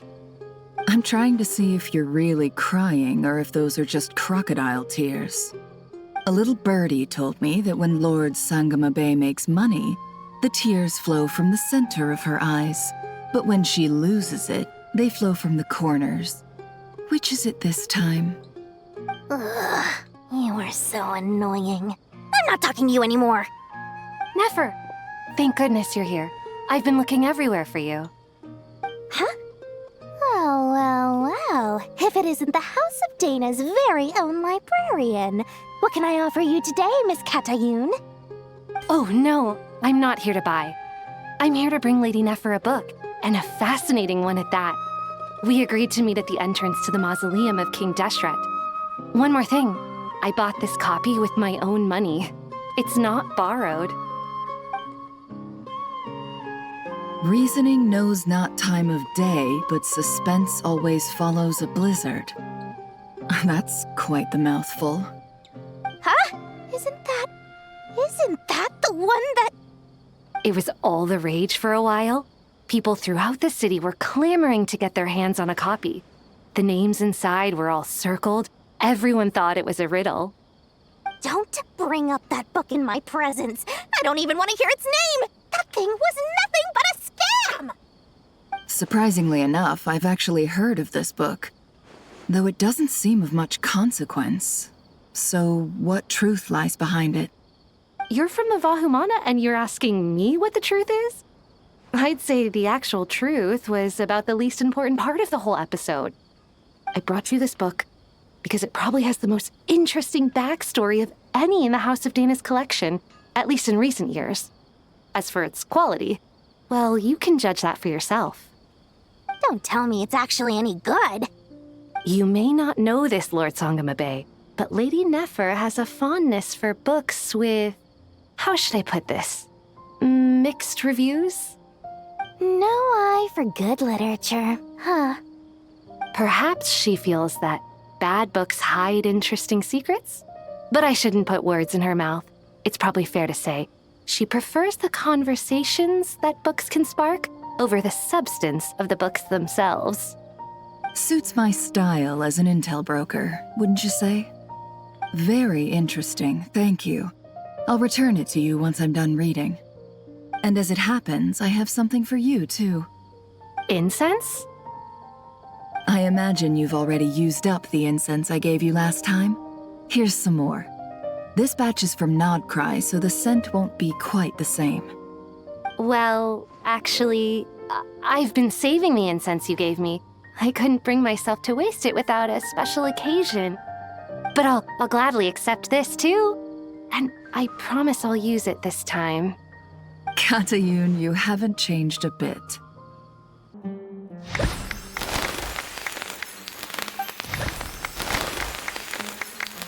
Congratulations, Kale. Well done, Kale. After studying for so long, you've finally become a full-fledged ranger. Sure hasn't been easy for you, huh? This really is fantastic news. All grown up. No longer a trainee, but an official forest ranger. Oh, the next step is to secure tenure in the academia. Thanks, everyone. It's true. I'm an official forest ranger now. Master Tainari, thank you for your guidance and support. I wish Mr. Sino were here so I could thank him too. Sino had a matter to attend to at the Temple of Silence. I don't imagine he'll be back for some time. But don't worry, we can celebrate together once he's finished. I'm afraid the party will have to wait. Kale still has some matters to attend to first. Kale? Is everything all right? No, it's not what you think. There's nothing wrong with my health. I just have a few things I need to deal with. I've made plans with the Traveler and Paimon to visit Mondstadt. Master Tainari and Mr. Sino will be accompanying us too. Well, that's a relief. Let's get together when everyone's back. I'm sure you'll be doing even better by then. Of course. I have a feeling you're right.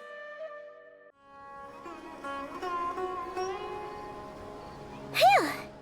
After all that catching up on sleep and food, Paimon's feeling full of vim and vigor again. For someone who spends so much time resting, your recovery routine is surprisingly simple. Hey! Paimon's been working her butt off too, you know. She flew all over the city helping everyone out. Don't worry. I saw how hard you worked.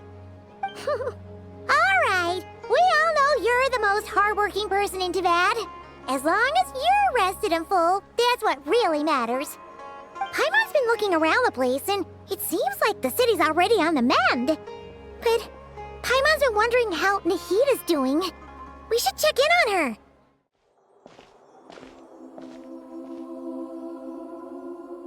Hey, Nahida! And Hat Guy's here too! Traveler, Paimon! What's going on here? Nothing much. Nahida was just expressing concern for my physical and mental well-being. Oh, the Traveler told Paimon all about that. We've both been very worried about you. Are you feeling alright? You make it sound like I'm on the brink of some kind of breakdown. Truth is, I'm doing much better than you might imagine. If we can just get to the bottom of Dotori's intentions, we can minimize his negative influence. That's the sort of thing I excel at. Just listen to that newfound optimism. It seems like having you enroll in the Vahumana was a truly inspired move.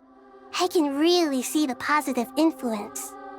Observe, a classic Sumeru specialty.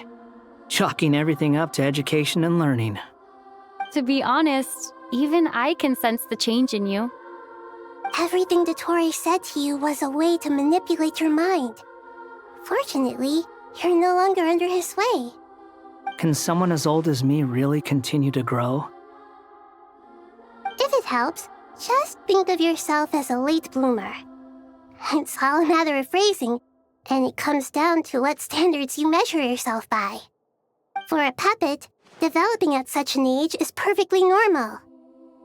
But if you choose to call yourself a late bloomer, it sounds more like you consider yourself human. However you see yourself, well done. All right, I see what you mean. Anyway, what's your next step? What else can I do but complete my current courses? Everything else can wait. Anyway, that's enough chit-chat. There are still things in the city I need to help out with. I'll be heading there now.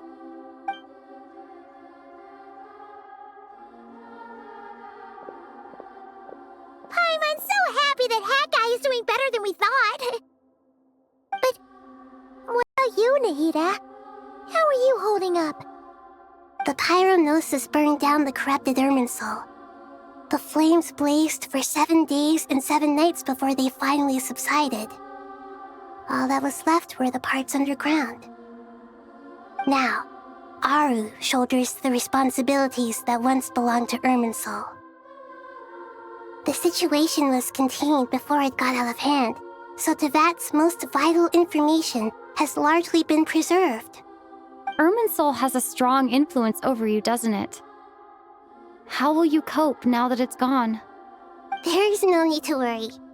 Thanks to Nicole's extraordinary talents, my connection to Irminsul has been severed and transposed onto Aru.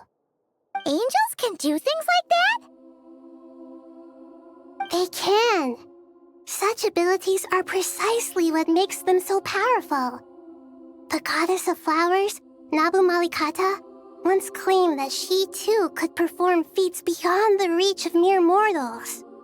In my eyes, much of what she went on to achieve reached such transcendent levels. Her and Nicole really are both fascinating and magnificent. So, does that mean your situation is stable now? Correct. Just imagine that Aru has become the new Irminsul, and the essence of my existence has been bound to it. The wisdom of Sumeru has ultimately converged into a single, unified entity. Should we ascribe this all to fate, or is it merely fortune? Whatever it is, the important thing is that you're okay, Nahida. Dendro Archon, Lesser Lord Kusanali. Oh, thank goodness you're here. Greetings, Traveler and Paimon. Sir Nepis, do you have something urgent to say? Yes, there's something I need to report. We've received a message from Snezhnaya.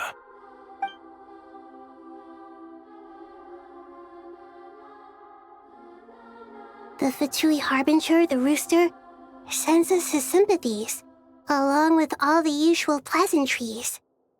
His stance is that, following the unrest in nod-crai, Dottore was subjected to internal censure.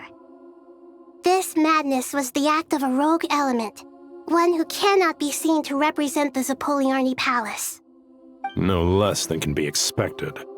Snezhnaya paid a heavy price working to stop him. They even lost one of their own harbingers. The letter goes on to say that even so, Snezhnaya cannot claim to be blameless.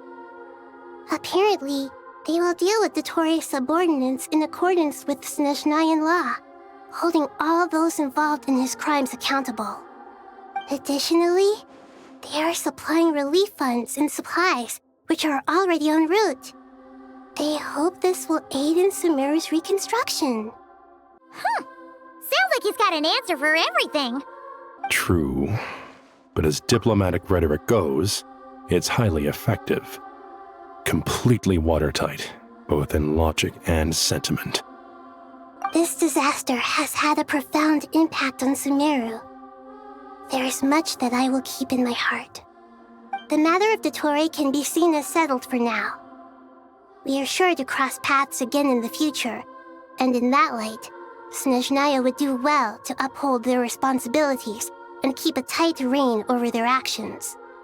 With Irminsul burned, the flow of fate now carries many more possibilities. I will be watching carefully. Perhaps we can move on to a less serious matter? Dendro Archon, will you eat with us once this matter is dealt with? Everyone wishes to celebrate together. Your presence would be most welcome. Of course! Junior Zod, Sino, and Hypatia all told me the same thing. If there isn't enough room for everyone, we can arrange back-to-back feasts. What a wonderful idea. That just leaves the question of what we should eat. Not more tomatoes, surely. More? Dendro Archon, what do you mean by more tomatoes? Those good friends of yours are always talking about tomatoes. Sometimes when I'm walking through the city, I can even hear them arguing in the fields. Since you see them so often, you must hear about tomatoes even more than I do. Tomatoes. Tomatoes. The word has a certain magic to it. Like the autumn fur of a sumpter beast swirling in the wind, sometimes flying up my nose. Tomatoes. What can we make with tomatoes? Wait, why tomatoes? Take your time, there's no need to rush. The Traveler, Paimon, and I still have somewhere we need to visit. You'll have plenty of time to think it over before I return. Does this mean you're going to Natlan? Meet them there in person. It will require a long journey. I know. But this is necessary. I must go myself. Traveler, Paimon, we'll set off as soon as you're ready. Is that all right? Sure. We'll be ready whenever you are. You'll hear no objections from Paimon. We should grab some snacks along the way, though. It'll be just like going on a long holiday. Wonderful. I'm looking forward to this so much. Natlan is such a lively place. It's super cheerful and positive, too.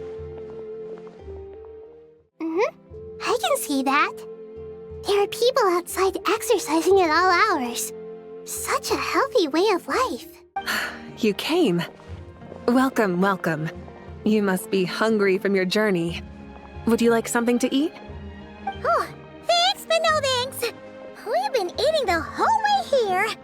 We had a mushroom platter, Sab's meat stew, butter braised chicken, hot asara pudding. Paimon's positively stuffed. All right, all right. No need for all that detail. I'm starting to get hungry myself. Maybe later then. We can wait till everyone's got an appetite, then I'll head out for a meal together. Sounds like a plan. Let's find somewhere to sit down. I should tell you, I already have some sense of why you've come. Why's that, Malika? To say thank you. Your senses are spot on. But on top of that, we also feel guilty. Because the pyronosis has vanished? I sensed its loss.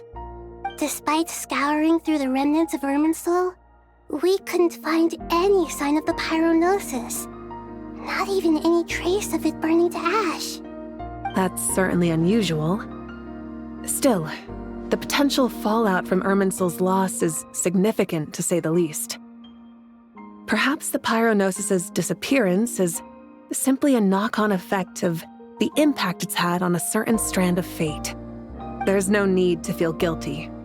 We were clear that this time, there was to be no returning, only giving. Pure and simple. Thank you really is a fascinating phrase. We use it to express gratitude for the smallest of things. Yet, when faced with a kindness too immense to describe, we use exactly the same words. It's not that we lack other means of expression. It's that when we truly need to express our feelings, the simplest and purest words are always the most powerful. You're right. In Natlan, we prefer simple expressions too. Companionship, friendship, support. They might not sound fancy, but the sentiment behind them is sincere. That's wonderful to hear. Sincere feelings are often a vehicle for the deepest wisdom of all. Irminsul's destruction doesn't seem to have done you much harm. I'm glad to see you're doing well. There's still a lot of work to do, but before we begin, we felt it was important to come here and speak with you. Partly to express our gratitude, but also because we felt that seeing you, in a sense, is like basking in warm sunlight. That's a nice way of putting it. I like that. To tell you the truth, though, I'm not a fan of somber meetings. So, since there's nothing more to say, why don't we go bask in some actual sunlight? The weather's beautiful today. What a great idea! Paimon's gonna lie back and soak up some rays.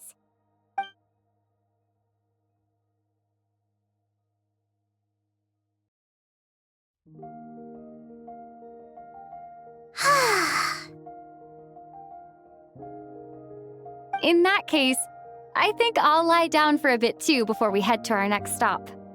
And where might that be? Mondstadt. Paimon and I are gonna head back there with Kale and the gang. Long ago, I sensed that the god remains inside Kale had come from the goddess of flowers, but I kept it a secret. Those remains weren't hurting Kale, not as she is now. They simply exist. Besides, I could sense a deep yearning within her. A yearning for an ordinary life. A yearning to hold on to the hard-won happiness she now enjoys. With someone like her, I have a responsibility to keep her secret. She should be ready to face the truth by now. Whenever people meet, there is always the potential to create warmth and kindness. Every child grows up, but even as adults, they are still children in the eyes of certain people. Oh, just like how Paimon sometimes sees Nahida as a little kid. Is that so? Well, anyone who's friends with a kid is probably a kid themselves. Of course! And there's nothing wrong with that. When we get back, we'll actually be hanging out with another of our friends who happens to be a kid. Or more like looking after, in her case. Anyway, we'll always be there to watch out for our friends. Dear Sucrose, when you receive this letter, I'll probably be as busy as always. But busy with wonderful things. That's because I'm no longer a trainee. I'm now an official forest ranger. Impressive, right? Sino said them official rangers sound much tougher than trainees. Though he did say it was already pretty tough to start out with. You probably heard that something big happened in Sumeru recently. Don't worry, it's all been taken care of. We're heading to Mondstadt soon, so if you're free, maybe we could meet up? Plus, it's not just me. A few of us are going. Hey, do you still remember that time we all got together? You know, when we all went to the Windbloom Festival? It'll be just like that. Dainari, is that... Don't you say it! Is that the great Vayu-Vyastra? Behold, the great Vayu-Vyastra, General Mahamatra. How times have changed. I wasn't expecting you to beat me to the punchline. You've changed. You've really upped the aggression in your battle against Sino's jokes. Kale, how did you know what I was going to say? For the love of... Hey! Traveler! Paimon, you're right on time! I hope we haven't kept you waiting. Kale! Sucrose! It's been so long! How have you been? I've been well. Everything's going great. What about you? Are you still busy? Not at the moment. Oh, right! That juicer you gave us works amazing! Farzan loves it! Seriously? That's wonderful. I don't suppose you drew up a detailed test report.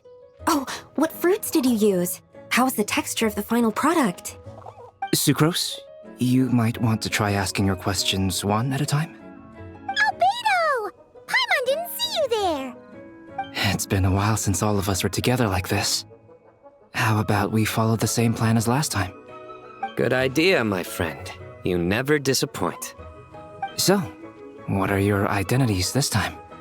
Don't remind him. First things first.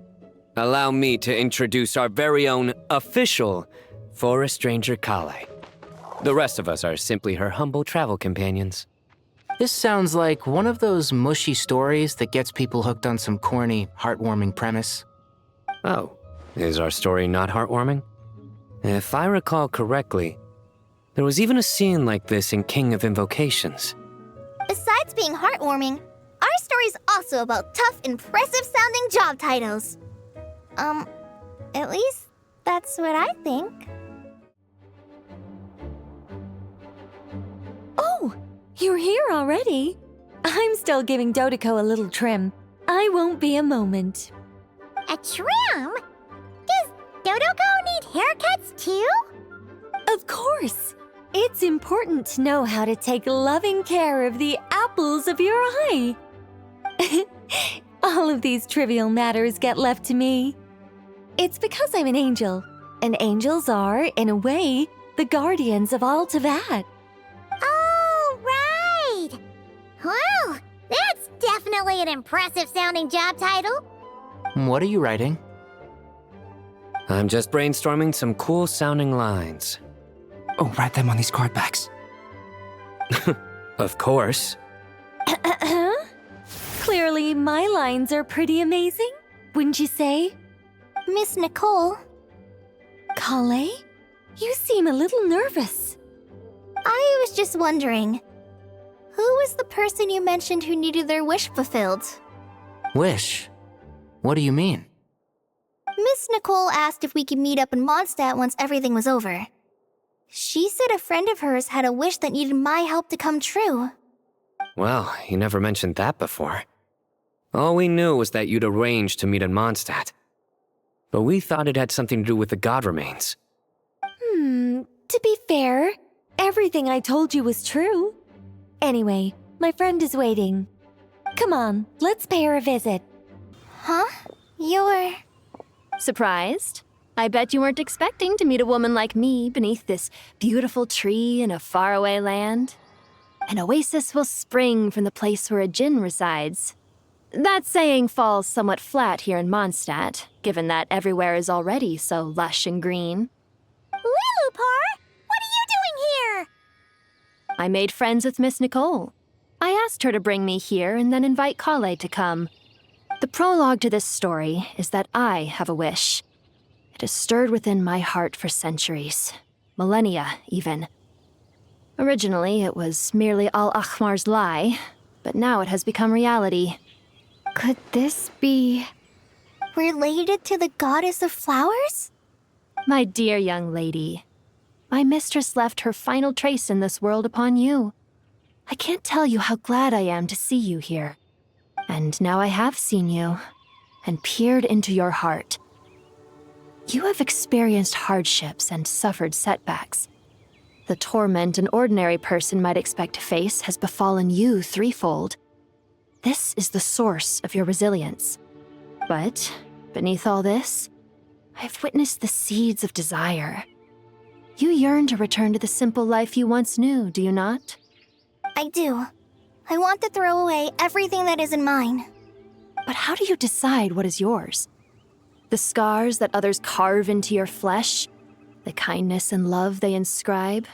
Are these things not yours as well? They are. This is something I've talked about with Miss Nicole. Miss Nicole said I should learn how to adjust my standards. I just want to live as an ordinary human. Anything beyond that isn't mine.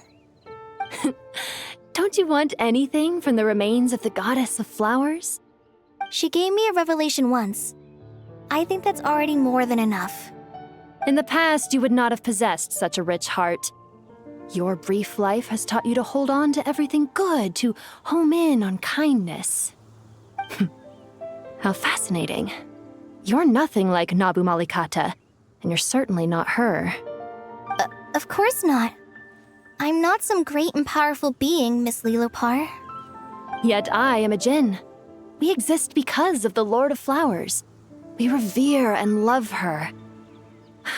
My wish is to see her one last time, to give everything for her.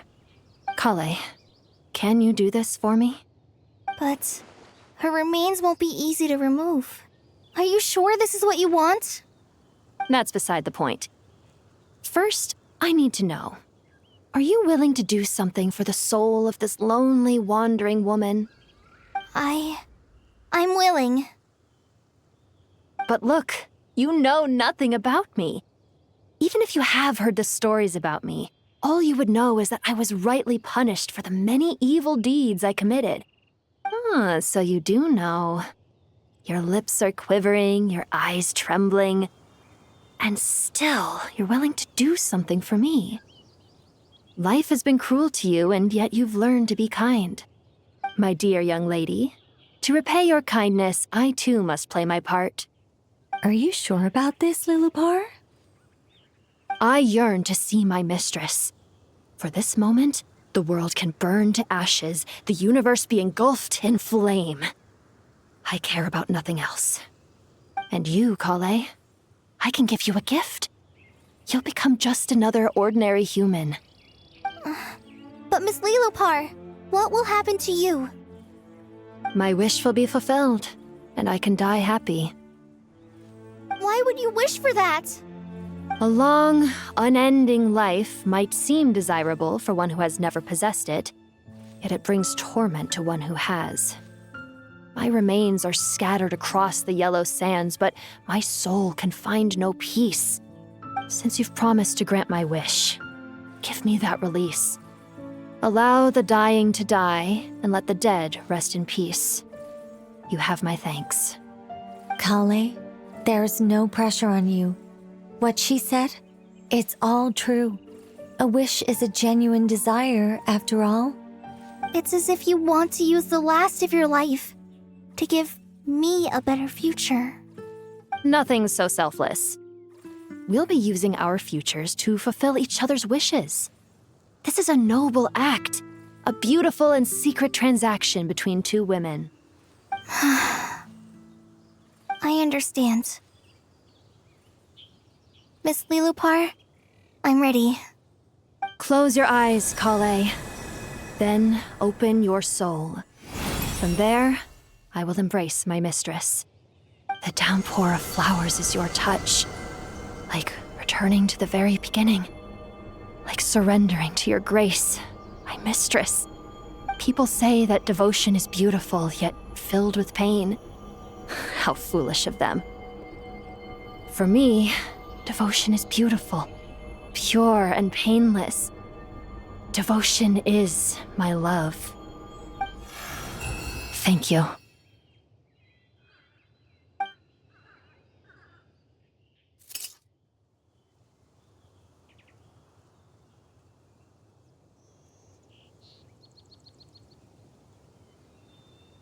Lilopar!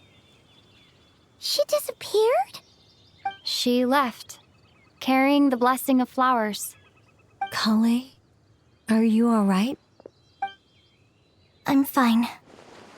Now that the remains are gone, I don't actually feel any different at all. Those remains weren't hurting Kale. Not as she is now. They simply exist. Besides, I could sense a deep yearning within her. Kale must have already received what she was yearning for. I'm doing fine. I feel relaxed. There's really no need to worry. Then my wish has come true, too. To become ordinary? That's just one of my wishes. Actually, I have a few more. For instance, I want to protect the people I meet and help them find happiness. That sort of thing. So between Miss Lilopar and me, You fulfilled 2 wishes already, and protected 2 people. Wonderful, isn't it? I feel so fantastically happy. I guess that settles things here. So what's next? What do you want to do when we get back to town? Clay, look who I've brought to see you.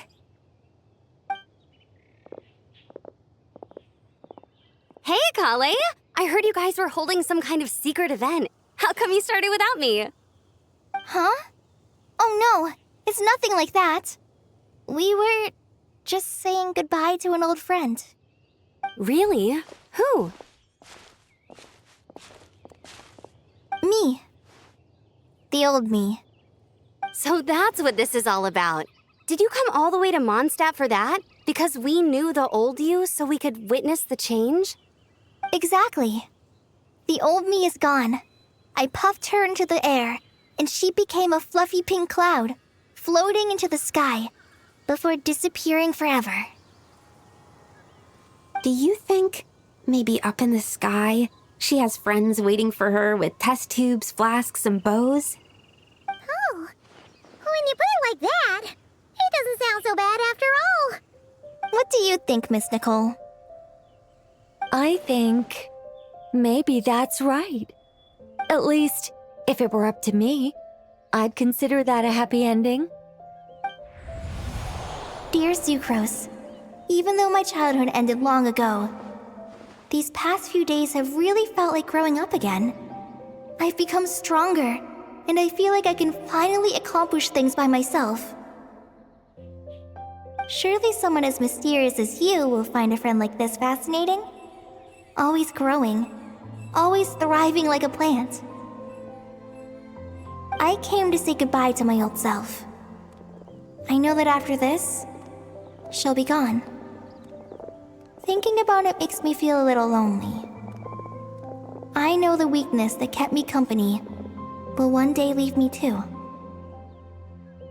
But somewhere in my heart, I feel a great sense of joy. It feels like I've always wanted to take this step, to walk towards the new me.